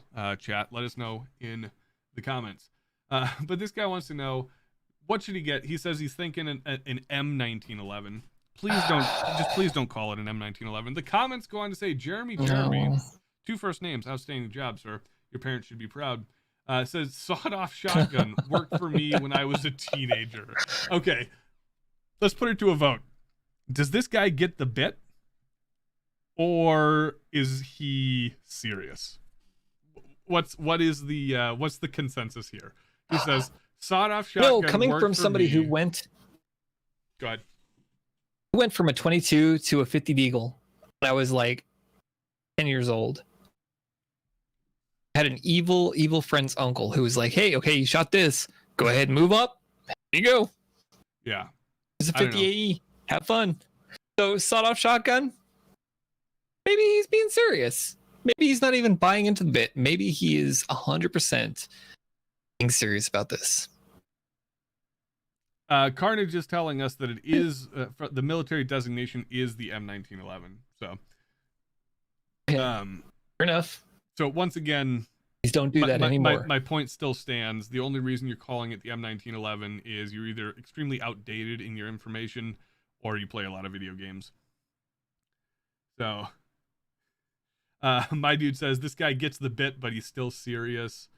Let's see. Tyler, can I put you on the spot? Yeah, go ahead. What's the non-military designation for the M9?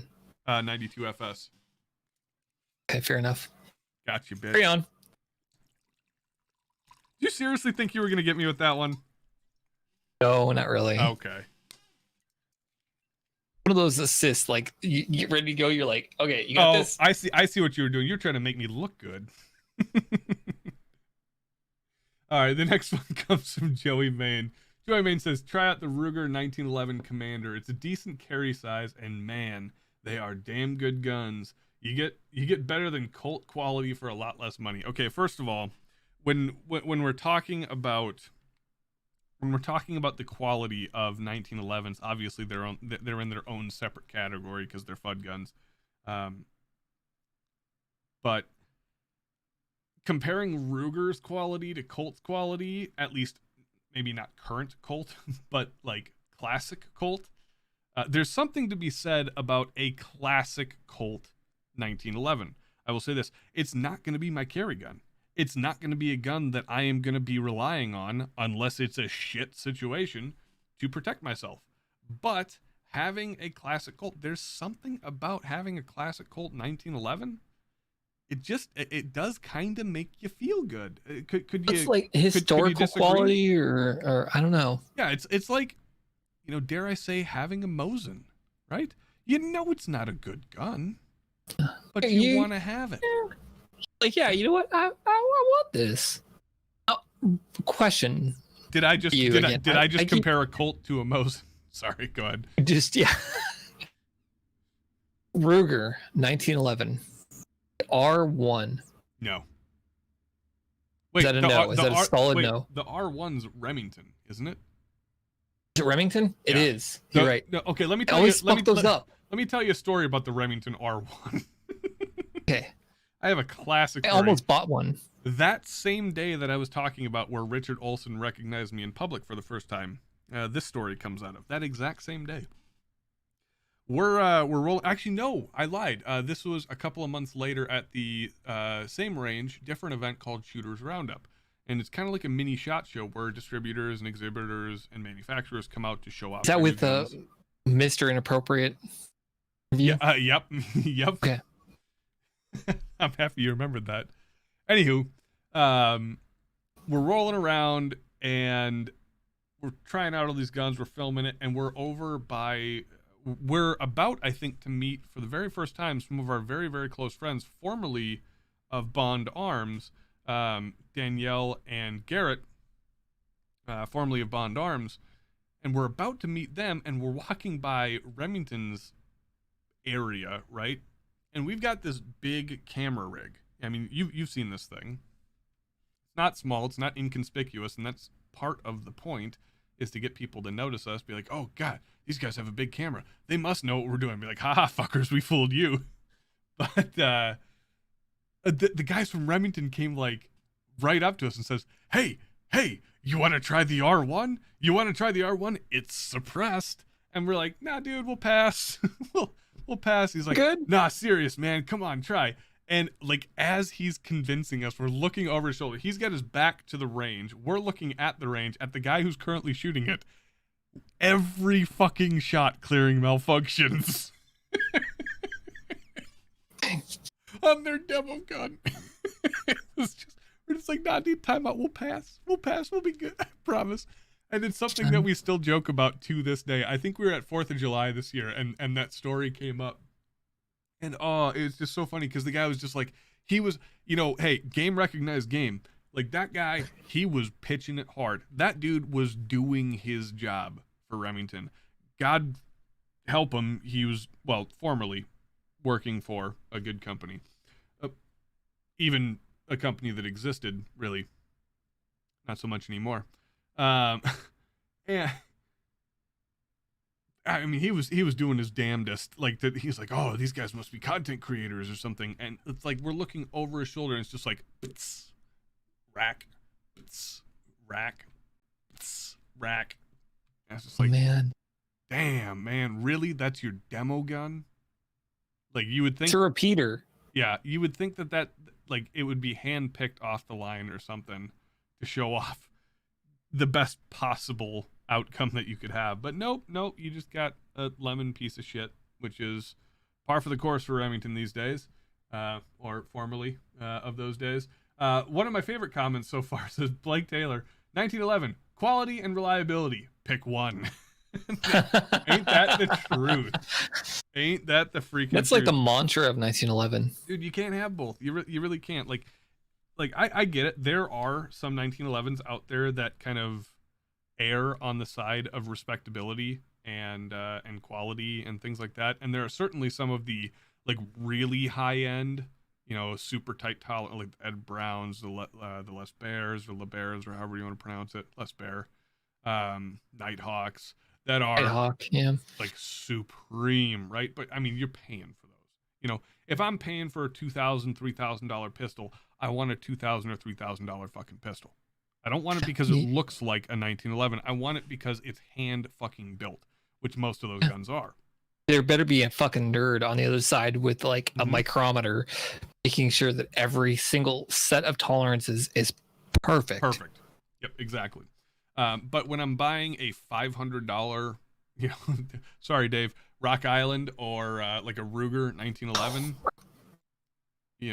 or some other like Filipino brand, piece of trash. Please don't try to convince me that it's reliable and quality. It's just not. It might feel that way because it's heavy, but don't mistake the weight of the gun for the quality of the gun. Next question comes. Why is it that the Oh, go ahead. 1903 works so much better than 1911? Like the little fucking single action? God, Well, man. like what you got? Like Yeah. Tokarevs and Well, shit, yeah. which were basically 1903s. Well, Why are those so much better? I can tell you exactly why. Have you seen the amount of power behind that round? You can't not cycle the slide. Well, that's true. It tries to like launch itself into oblivion behind you. It tries to put itself into your forehead. Sure. It And really if it doesn't, then the ejected brass absolutely will. Can confirm. Absolutely can Straight confirm. up and over. Head marks on my forehead to prove it. Christopher Patrick Wright says, what I'm getting from this comment section is get a smaller gun to carry. Got it. Guy sends me a photo of a 9mm M1911. God damn it. If I can find one for a good price, I'll go with that. But if I can, Glock seems amazing. Okay, so this guy's he's almost doing kind of a 180 here. Oh, I just read the last comment. Oh yeah. Damn it! I wish I wouldn't have. I'm sad now. This guy's doing like he's in to his credit now. Okay, we've given him a lot of shit, but he's now done a 180. Okay, he's still calling it an M1911, but he's upgraded to a 9mm 1911. And I'll be honest, I'll go ahead and say it once again. It's not a gun that I'm going to be like relying on. It might be a range toy, but like a Nighthawk in 9mm in a 1911 platform, actually, Oof. like I know a guy who has one, and it's one of the nicer guns I've ever shot. Like it's How much did he pay for that thing though? a lot. Yeah, I bet. Yeah, a lot of money. But it's one of the nicer guns that I got. Hey. He had the wisdom, the foresight to see, hey, maybe ammunition capacity is kind of a thing in a single stack gun. So hey, but then he goes on to say, but if I can, a Glock seems amazing. 100%, dude. That is exactly where I'd go for your first Christopher gun. Patrick. That's why he did it right, because his middle name is the best. Maybe. At least it's not Benjamin, right? Big oof. Gross. Big oof.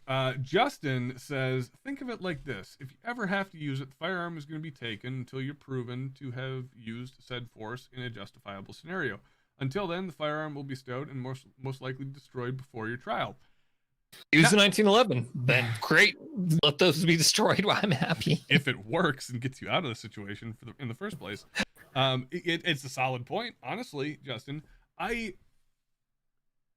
I'm curious as to, because I've never been indicted for self-defense with the use of a firearm and put on trial for that. I'd be interested to see the statistics on how many firearms are actually destroyed before the trial. I would think that would be nil, because I would think zero. Wouldn't that be used as evidence? So while I agree with everything that he says up until that last statement, but Ben Beam takes the cake and he just says, "Get a Tokarev." Goddamn right you should. Yep.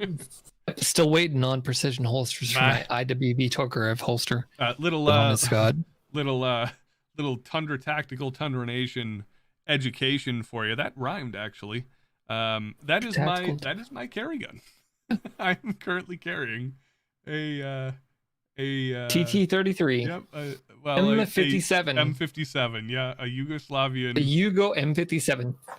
That's all I got, man. It's the only handgun I own right now. I'm trying. How's that slide safety feel up against your stomach? Dude, I'll be honest with you. I don't even use the safety. So it always. Oh, I see what you're saying. Yeah, not great. It's not an ergonomic gun, to say the least. It's not even a good gun. It's not. It's not a curve. No, it's not even a good gun. It is a gun, and that's about all I'll give it. Gun.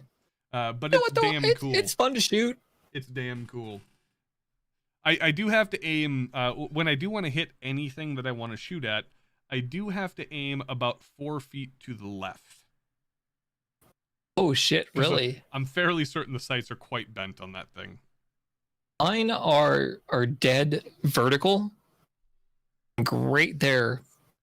The horizontal also is a problem, but I do have to aim about a ½ inch right. Yeah, significantly more than that for me. Carnage says, at Tundra Nation, makes fun of the 1911, carries a Tokarev. Yep, that is the absolute definition of Tundra Tactical right there. Called 1903 life. Yep. Used to it. All right, guys, let's round out the show. We got about 15 minutes left with some Ask Tundra Nation here. As I bring up the same screen I just took down. Stand by. All right, let's get some. Oh God, I just looked at that picture of the Croatian Prime Minister again. I got distracted. Okay, this segment is called Ask Tundra Nation, ladies and gentlemen. If you are unfamiliar with it, then it is the segment of the show where you guys, the fans, get to have your questions ask your questions and have them answered live on the air with myself, and occasionally, when I let him talk, Hypoluxia. But if you guys want to participate, make sure to follow the link in the description below to our Discord server. You do have to be a member of the Discord to participate in Ask Tundra Nation. We even have a special role for you guys. We've had it for quite some time. Excuse me. Not a lot of people are taking advantage of it, so I'd love to see more participation in the Ask Tundra Nation segment of the show from a couple of other people, and I do see some new names in here, which is fantastic. Our first question, Hypoluxia, comes from Malden Dixie, and that is, I believe, Josh, our good buddy Josh, and he says, when you train, do you train for a shit hits the fan situation, or do you train for a home invasion situation, and why do you train for that particular situation? It's actually a really, really good question, Josh. Real quick, Tyler. Yep. I've been reading that as Made in Dixie, because it is Made in Dixie. Is it? Yeah, it is. I just went dyslexic on it for a moment. I read Malden. Maybe it's my liquor eyes that are seeing that. Could be. Okay, carry on, sir. So, just to recap, he says, when you train, do you train for a shit it's a fan situation, or do you train for a home invasion situation, and why? Okay, so I think that's a fantastic question. My answer might not be what you're expecting, though. Hypo, can you guess what my answer is going to be? Go. Oh, your answer? Mm-hmm. That's difficult. What would your answer be? I'm gonna say my answer to that is going to be, I'm probably going to train for a home invasion because that's going to follow through into a shit hits fan. Okay. I feel close quarter engagements are going to be more what I would expect in a SHTF Sure. scenario. Sure. I'd say that's valid. Not. I say that's a solid, So- solid and valid answer. Okay. Mine is a little bit different. What would you do? I don't train for anything. Not any particular situation. I train for the. Oh, let's see. What's going to happen is you have no fucking clue what's going to happen. Yeah, exactly. So I train for like I don't train for a specific set of variables, because as we all know that when if you've been there, and seen that and got the fucking t-shirt, you know that when it does go wrong, it goes wrong catastrophically, and everything that you train for, there are certain elements of it that can be drawn upon. You know, say you're an infantry guy, and you start hearing cracks, you know, coming over your head for the first time, you know, over in the desert or wherever. You know, a lot of people say they default on their training, and I would argue that they default on their instinct more than they default on their training. The training plays a part in driving that instinct, but I would be training more to build the instinct to the situation, the general situation of stress, and that's what I train for. I train for stress. Mhm. I don't train for shit hits the fan. I'm out in the woods. I've got to conserve ammunition. Maybe use it for hunting. Maybe use it for self-defense. You know, Walking Dead style, right? Which, by the way, here's a great question. Where the fuck does he find all that 44 mag ammo?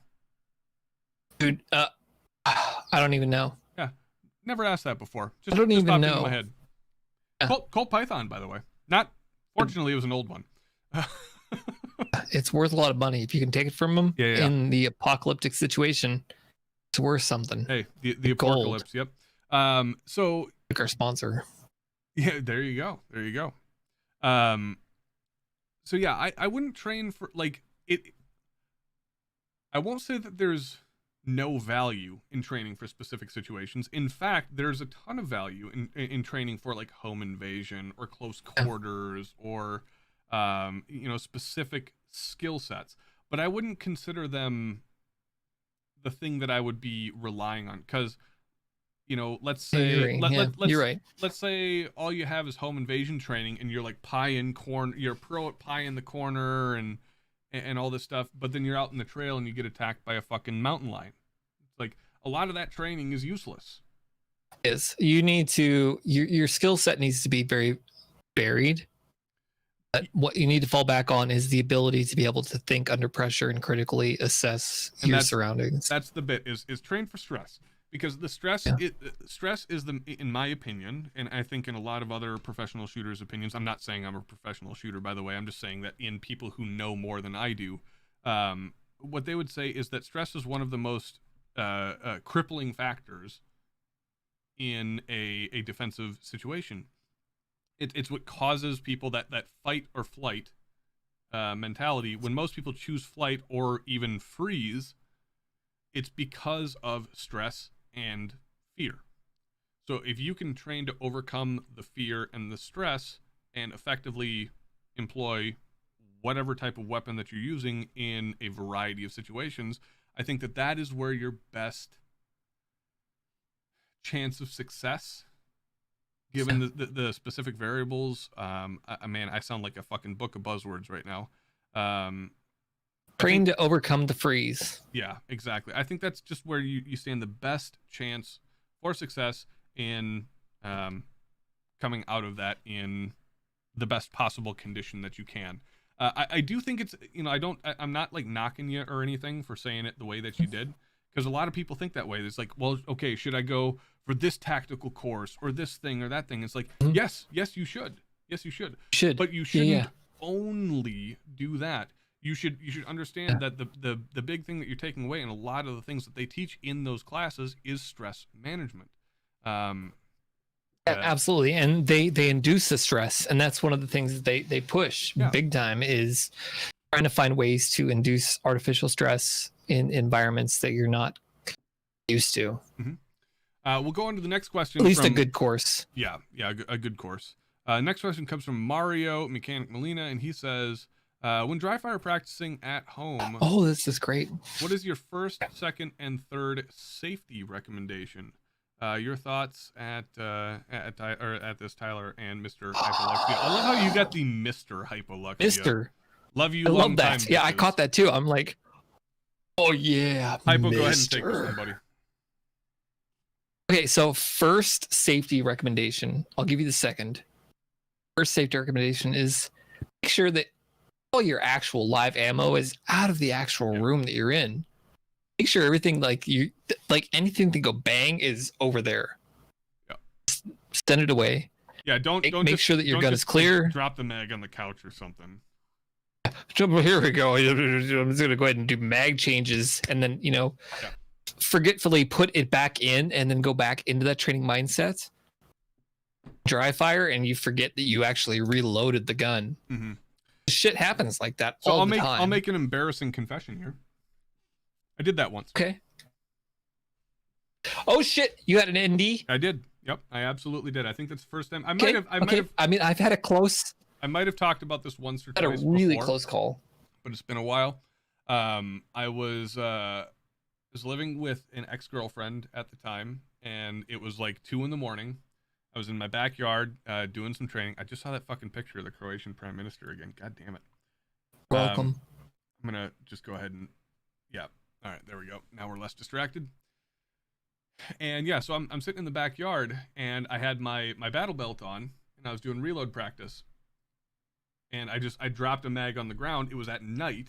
So it was like the worst combination of training environments. But I didn't want to be doing it inside because she had a kid, a 3-year-old kid at the time, and I didn't want to wake him up with magazines hitting the floor. So I dropped it at my feet. And during one of those reloads, guess what I picked up? Mm-hmm. Mag. Yep. And I put a round into the side of our garage door. So I have a reminder, a constant reminder, right next to my monitor. I've got it in my hand. Why you should always check your firearm before doing anything with it. And we got a 7.62x39 that I didn't realize was hot in the chamber and ready to go. Mm-hmm. And I started to fuck with my gun, and I dropped the mag. Fortunately, I was smart enough to rack it. That shit came flying out, and I about pissed my pants. Mm-hmm. Yeah, it's a bit of an eye-opening situation when you have a close call like that. It's even more of an eye-opening situation when you shit your pants because your ears are ringing. You just launched a fucking. I remember feeling some of the worst guilt I've ever shame felt. And guilt. Yeah. Like I could have killed somebody. I could have killed myself. I could have killed the girlfriend. Like neighbor's dog. The neighbors. Fortunately, all of my other disciplines were on point that night because the gun was pointed at something. Like there's no way relatively safe direction. Yeah, there's no way anything bad could have happened. The worst thing that could have happened is it went into the engine block of my car in the garage. I've had I don't know if you would consider it negligent discharge. It was an actual accidental, or it was a cook-off. Cook-off I wouldn't call negligent. So yeah. Oh, so yeah, I shot through maybe 2 mags. Just fucking full retard. Dude, yeah, it was hard. But it was a good 2-3 mags of just full bore. And I threw the other mag in there, I slammed the bolt home. And I was talking to somebody, and as I was talking, it just went off. Wow. Because of falling back on disciplines. Safe direction, downrange, talking to somebody, it went down into the dirt about 15 foot away from me and made me shit my pants. Yeah. But God, that the shame and the guilt you get from that, it will. And you're just like, oh man, what did I do? It'll get you. I think we got time for one more tonight, and this is going to come from excuse me, we didn't answer the second and third. I think third. I think the best answer to this question is just it's essentially the steps 1, 2, and 3 of the rules of firearm safety. Mm-hmm. Let's just do those things. Do the pillars of firearm safety, and in most situations, you will be a-okay. the story about the NDs or the accidentals, that's meant to instill in you a sense of there's a certain point in your firearms career that I imagine that some of you are probably at right now where you're past the rookie stage, but not at an advanced stage, right? And that's kind of like where I live. Like, I'm not a pro shooter. I'm not an advanced shooter by any means. I'm fairly confident that I know what I'm talking about most of the time. Some of the time I look like an idiot. Do that once a week on the internet. But you have the danger of getting cocky, getting a little bit too confident for your own good, and some of those safety things, you know, like if you do it right when you're a rookie, that safety stuff is like full on 100% like glued to the back, like fucking tattooed to the back of your eyelids, so you're reading it and absorbing it osmosisly while you're sleeping. That's not a real word either. Via osmosis while you're sleeping. But then you hit that certain point, like 6 months to a year, 2 years into shooting, where, okay, you're starting to see some success, you're starting to see some improvement, things are going well, you know, maybe you've got a couple of guns, you've done a bunch of research, and now you know more. And that is where I would argue that the most physically dangerous space is for a shooter, is that transitional period between, okay, I'm a brand new shooter, I only own one gun, I'm putting my first 2,000 rounds down range, to, okay, now I've got a couple thousand rounds down range, I think I know what I'm talking about, now, blah. And that's, I think, where a lot of this stuff happens.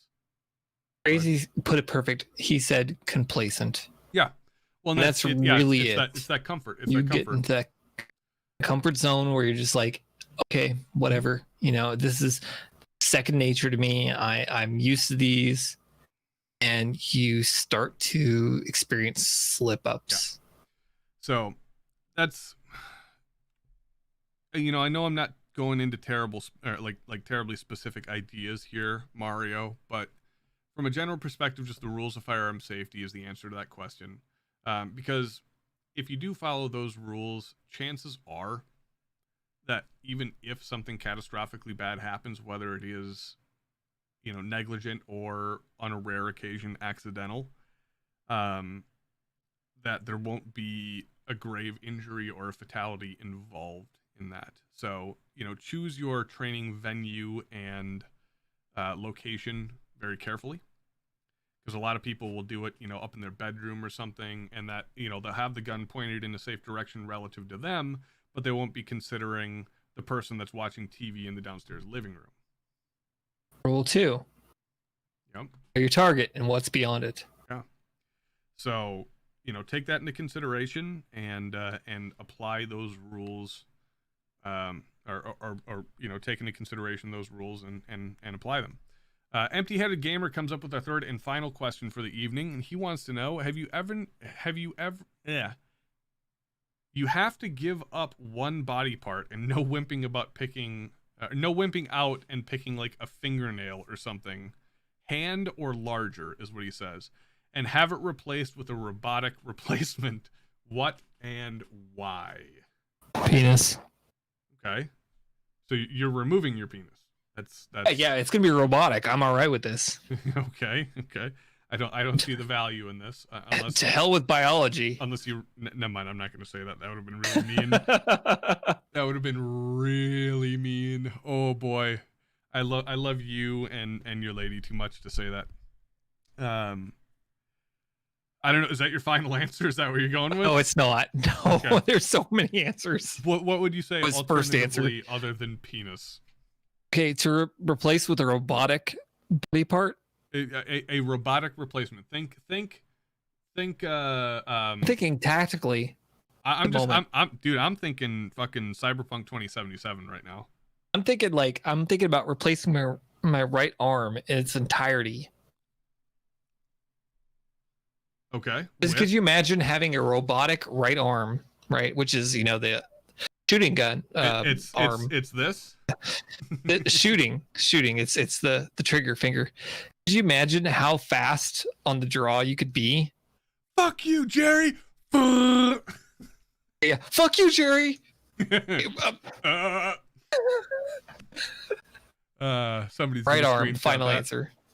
I think that you know that I would have my hand chopped off at the wrist, and you of all people should know that what I would have it replaced with, because it is one of my two superpowers that I would choose. Yeah, definitely. My smoke detectors appreciate you because 9-volt batteries are always in need around this house. Yes. Okay, I don't know if any of you guys have been hit with a 9-volt battery traveling at velocity, but that shit hurts worse than about most other things of its size and density. So I would have a pneumatic, like a high pressure pneumatic or like a hydraulic, maybe a fucking rail gun for 9-volt battery launcher, because God bless it, do those things hurt when they hit you. So yeah, that's 100%. What I was asked, right or left though? Probably choose. I'd go lefty. Okay, I'd so go lefty. Go off. me and offhand. Skywalker have more in common than you do. That's okay. I'm all right with that. Okay. I've got a 9-volt battery launcher on my fucking forearm. That's true. You're gonna fucking. You have a robotic penis. That's all you got. That's all you got. I don't know. I'm at me, Ron Jeremy. I'm ready. I don't know. Yeah. Who? Not the most solid reference these days, but no. Yeah. So the reason I would choose that for background and reference is I was asked once if I could pick a superpower to have, what would I choose? And I opted for 2. I couldn't make the decision between Your other one though was like completely. Wind was knocked from your sails when Orgasmo was mentioned. Yeah. Oh yeah, that's right. Yeah, that's right. Because my first one was Crippling Orgasm Man. Now I hate to admit it, but I've never seen Orgasmo. I don't think I've seen it either, and I think that might be our duty to watch that. It should be. In the coming weeks. So that has no influence on my decision to have this. But I'm thinking, okay, like if you're a superhero, you're out for the greater good. You know, most superheroes out there, unless you're like fucking Deadpool, you're not going out to like kill bad guys. You're going out to detain them, right? You're normally operating less than lethal, and typically going to be Batman style, right? Yeah. Maybe extreme violence, but no MDKs. Usually less than lethal. And so I'm thinking, what's more effective? Like socking somebody in the face, right? Okay, they're gonna train for that shit. They're gonna train, like, you can build up pain tolerance. You can take a punch, right? Like what if you got to face off against like a Mike Tyson, V2, right? No. I'm not taking that fight. I'm not boxing Mike fucking Tyson. I don't care if I'm fucking Batman or some shit. Like, that's just not gonna work.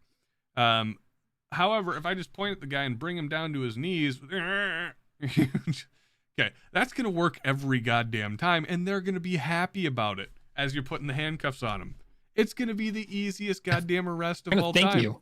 Yeah, they're gonna think, like, can you do it again? Be like, no, fuck you, bitch. No, fuck you. I'm gonna keep it the $20. Mm-hmm. Yeah, you owe me money now. I'm billing your estate.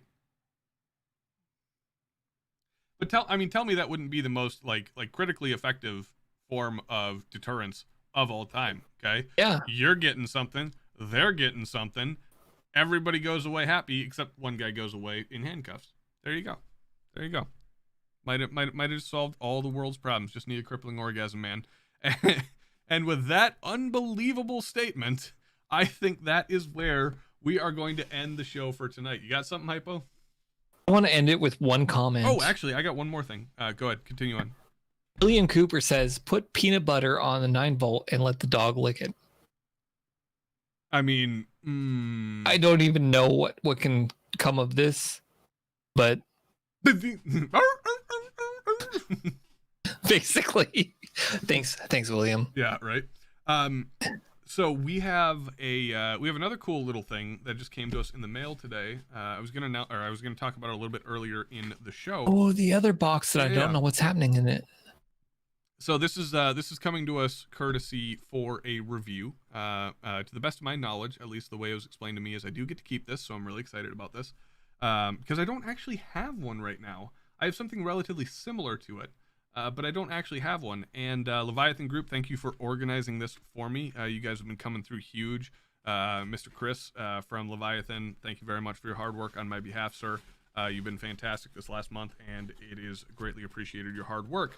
But what I would like to show you guys here, and I don't have the card for it because I'm totally unprepared, but I have a brand new gun belt sitting right here from Core Essentials. And so I'm very, very excited about this because I have I believe it's the full core kit. So you have the general belt itself, which is the rigger belt style. So you have the standard like rigger, wow, rigger belt style thing. Last sponsored video I ever get right here. Yep. Which is one of the best, belt attachment things of all time. It's about as solid as you can absolutely get. And then you have a Velcro adjustable, an extremely Velcro adjustable, probably about, I don't know, 6 inches, 6 to 7 inches of adjustment on the Velcro right there. So it's fantastic.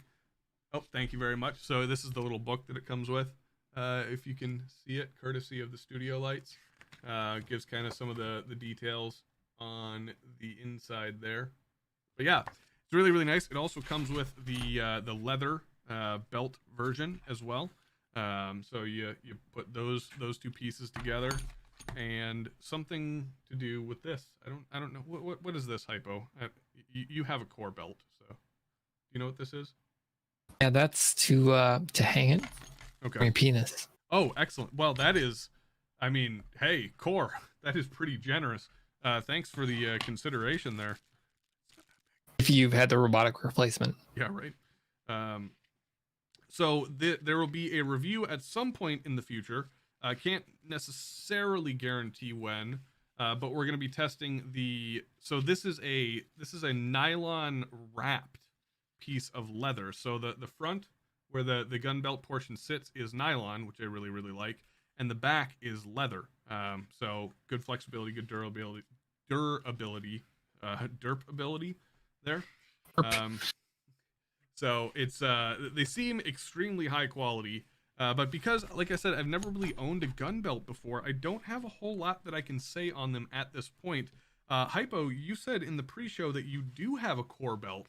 Yes. Your thoughts, sir, on Core Essentials? I mean, so it's a great belt. It is solid. It holds up. There's very little sag. Where the sag exists is where in between belt loops where holster exists. Yeah, which is pretty typical. But it's solid. It is a great belt. The clasp is good. I will say my one criticism is that it is difficult to unlatch.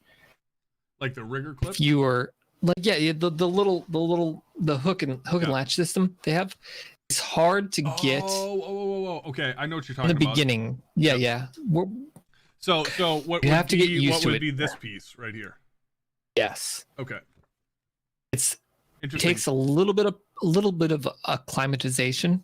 So this vocab. would be on the leather belts and not on the nylon belt. Not on the nylon belt. With the rigger clip. Okay, cool. Cool. All All right, right, guys. I think. Hey, we got the better looking of the Willets in the chat he here says right now. First. Derpability. Yeah. Her derpability. Derp. Hypo, that's about all I got tonight. You got anything else for the chat? No, you're looking rather handsome tonight. Oh, why, thank you, sir. I appreciate that. Well, chat, you guys are fantastic as always. Thank you for spending so much of your hard-earned Saturday evening with us. I still can't understand why 119 total people watched the show tonight. It blows my mind. You guys have better things to do, but you choose to hang out here with us, and that is not lost on myself, Hypo, and the rest of the chat, of course, because you all make it a better day. A good day to you, sir, Mr. Benjamin Willett. That was very professional. Good day, Tyler, he says. Good day. Good day to you, Benjamin. So we wish you guys we wish you guys all a very happy and safe remainder of what's left of your Saturday evening, unless you live out in the West Coast. And then a very safe and happy and fun, prosperous Sunday morning, afternoon, and evening into your work week. So, guys, thank you very much for watching. Tune in next week, where special announcement. I'm very happy to say this. For the first time in a long time, oh yes, she's back, ladies and gentlemen. She's back. The Angel of Verdun herself. Ashley will be joining us next week. Hey, you know what? She's probably not watching because she's out partying and having a good time. Let's delay the ending of this show real quick. Chat, everybody, there's 29 of you guys left. I want to see 29 messages saying happy fucking birthday to Miss Angel of Verdun. It is her birthday today. So happy birthday from the Tundra Nation. I want to see 29 messages in this chat before I close it out. Thank you very much for joining, guys, tonight. Hypo, you're also looking quite handsome this evening. And, Thank you. You know, I know that life hasn't been great to you these last few weeks, but I'm happy. I'm very happy that you had a good week this week. I had a great fucking week. I mean, did you even go to work? Oh, 2 days. Oh, I mean, that's not bad. Spent the rest of the time high on Vicodin. Oh, that's right. Hey, you want to tell that story while we're waiting for the happy birthdays to come in real quick? Sure. Sure. So yeah, why not? I went to the dentist and got 4 of my teeth kicked in, which was great. It was fun. Highly recommend having the left side of your face not numb at the dentist when they're pulling teeth. Yep. Good shit. But also now I can smile confidently. Ah, this helps. This does help. Well, my friend, I think that is great for your self-esteem. It's good, and it makes you look twice as beautiful, no matter how puffy your cheeks are. All right, guys, I think that is officially where we are really gonna end it tonight. Hypo, you have yourself a fantastic evening, and to the rest of the chat, I wish you the best. Join us next week with Angel of Verdun. When we still don't know, Hypo, finish her out. Where the fuck and what the fuck we're doing. I love how you've gotten so into it. Now you've got the head movement in there. It's great. It's great. Gentlemen, lady out there in the Tundra Nation land, you guys have a fantastic night. We'll see you next week.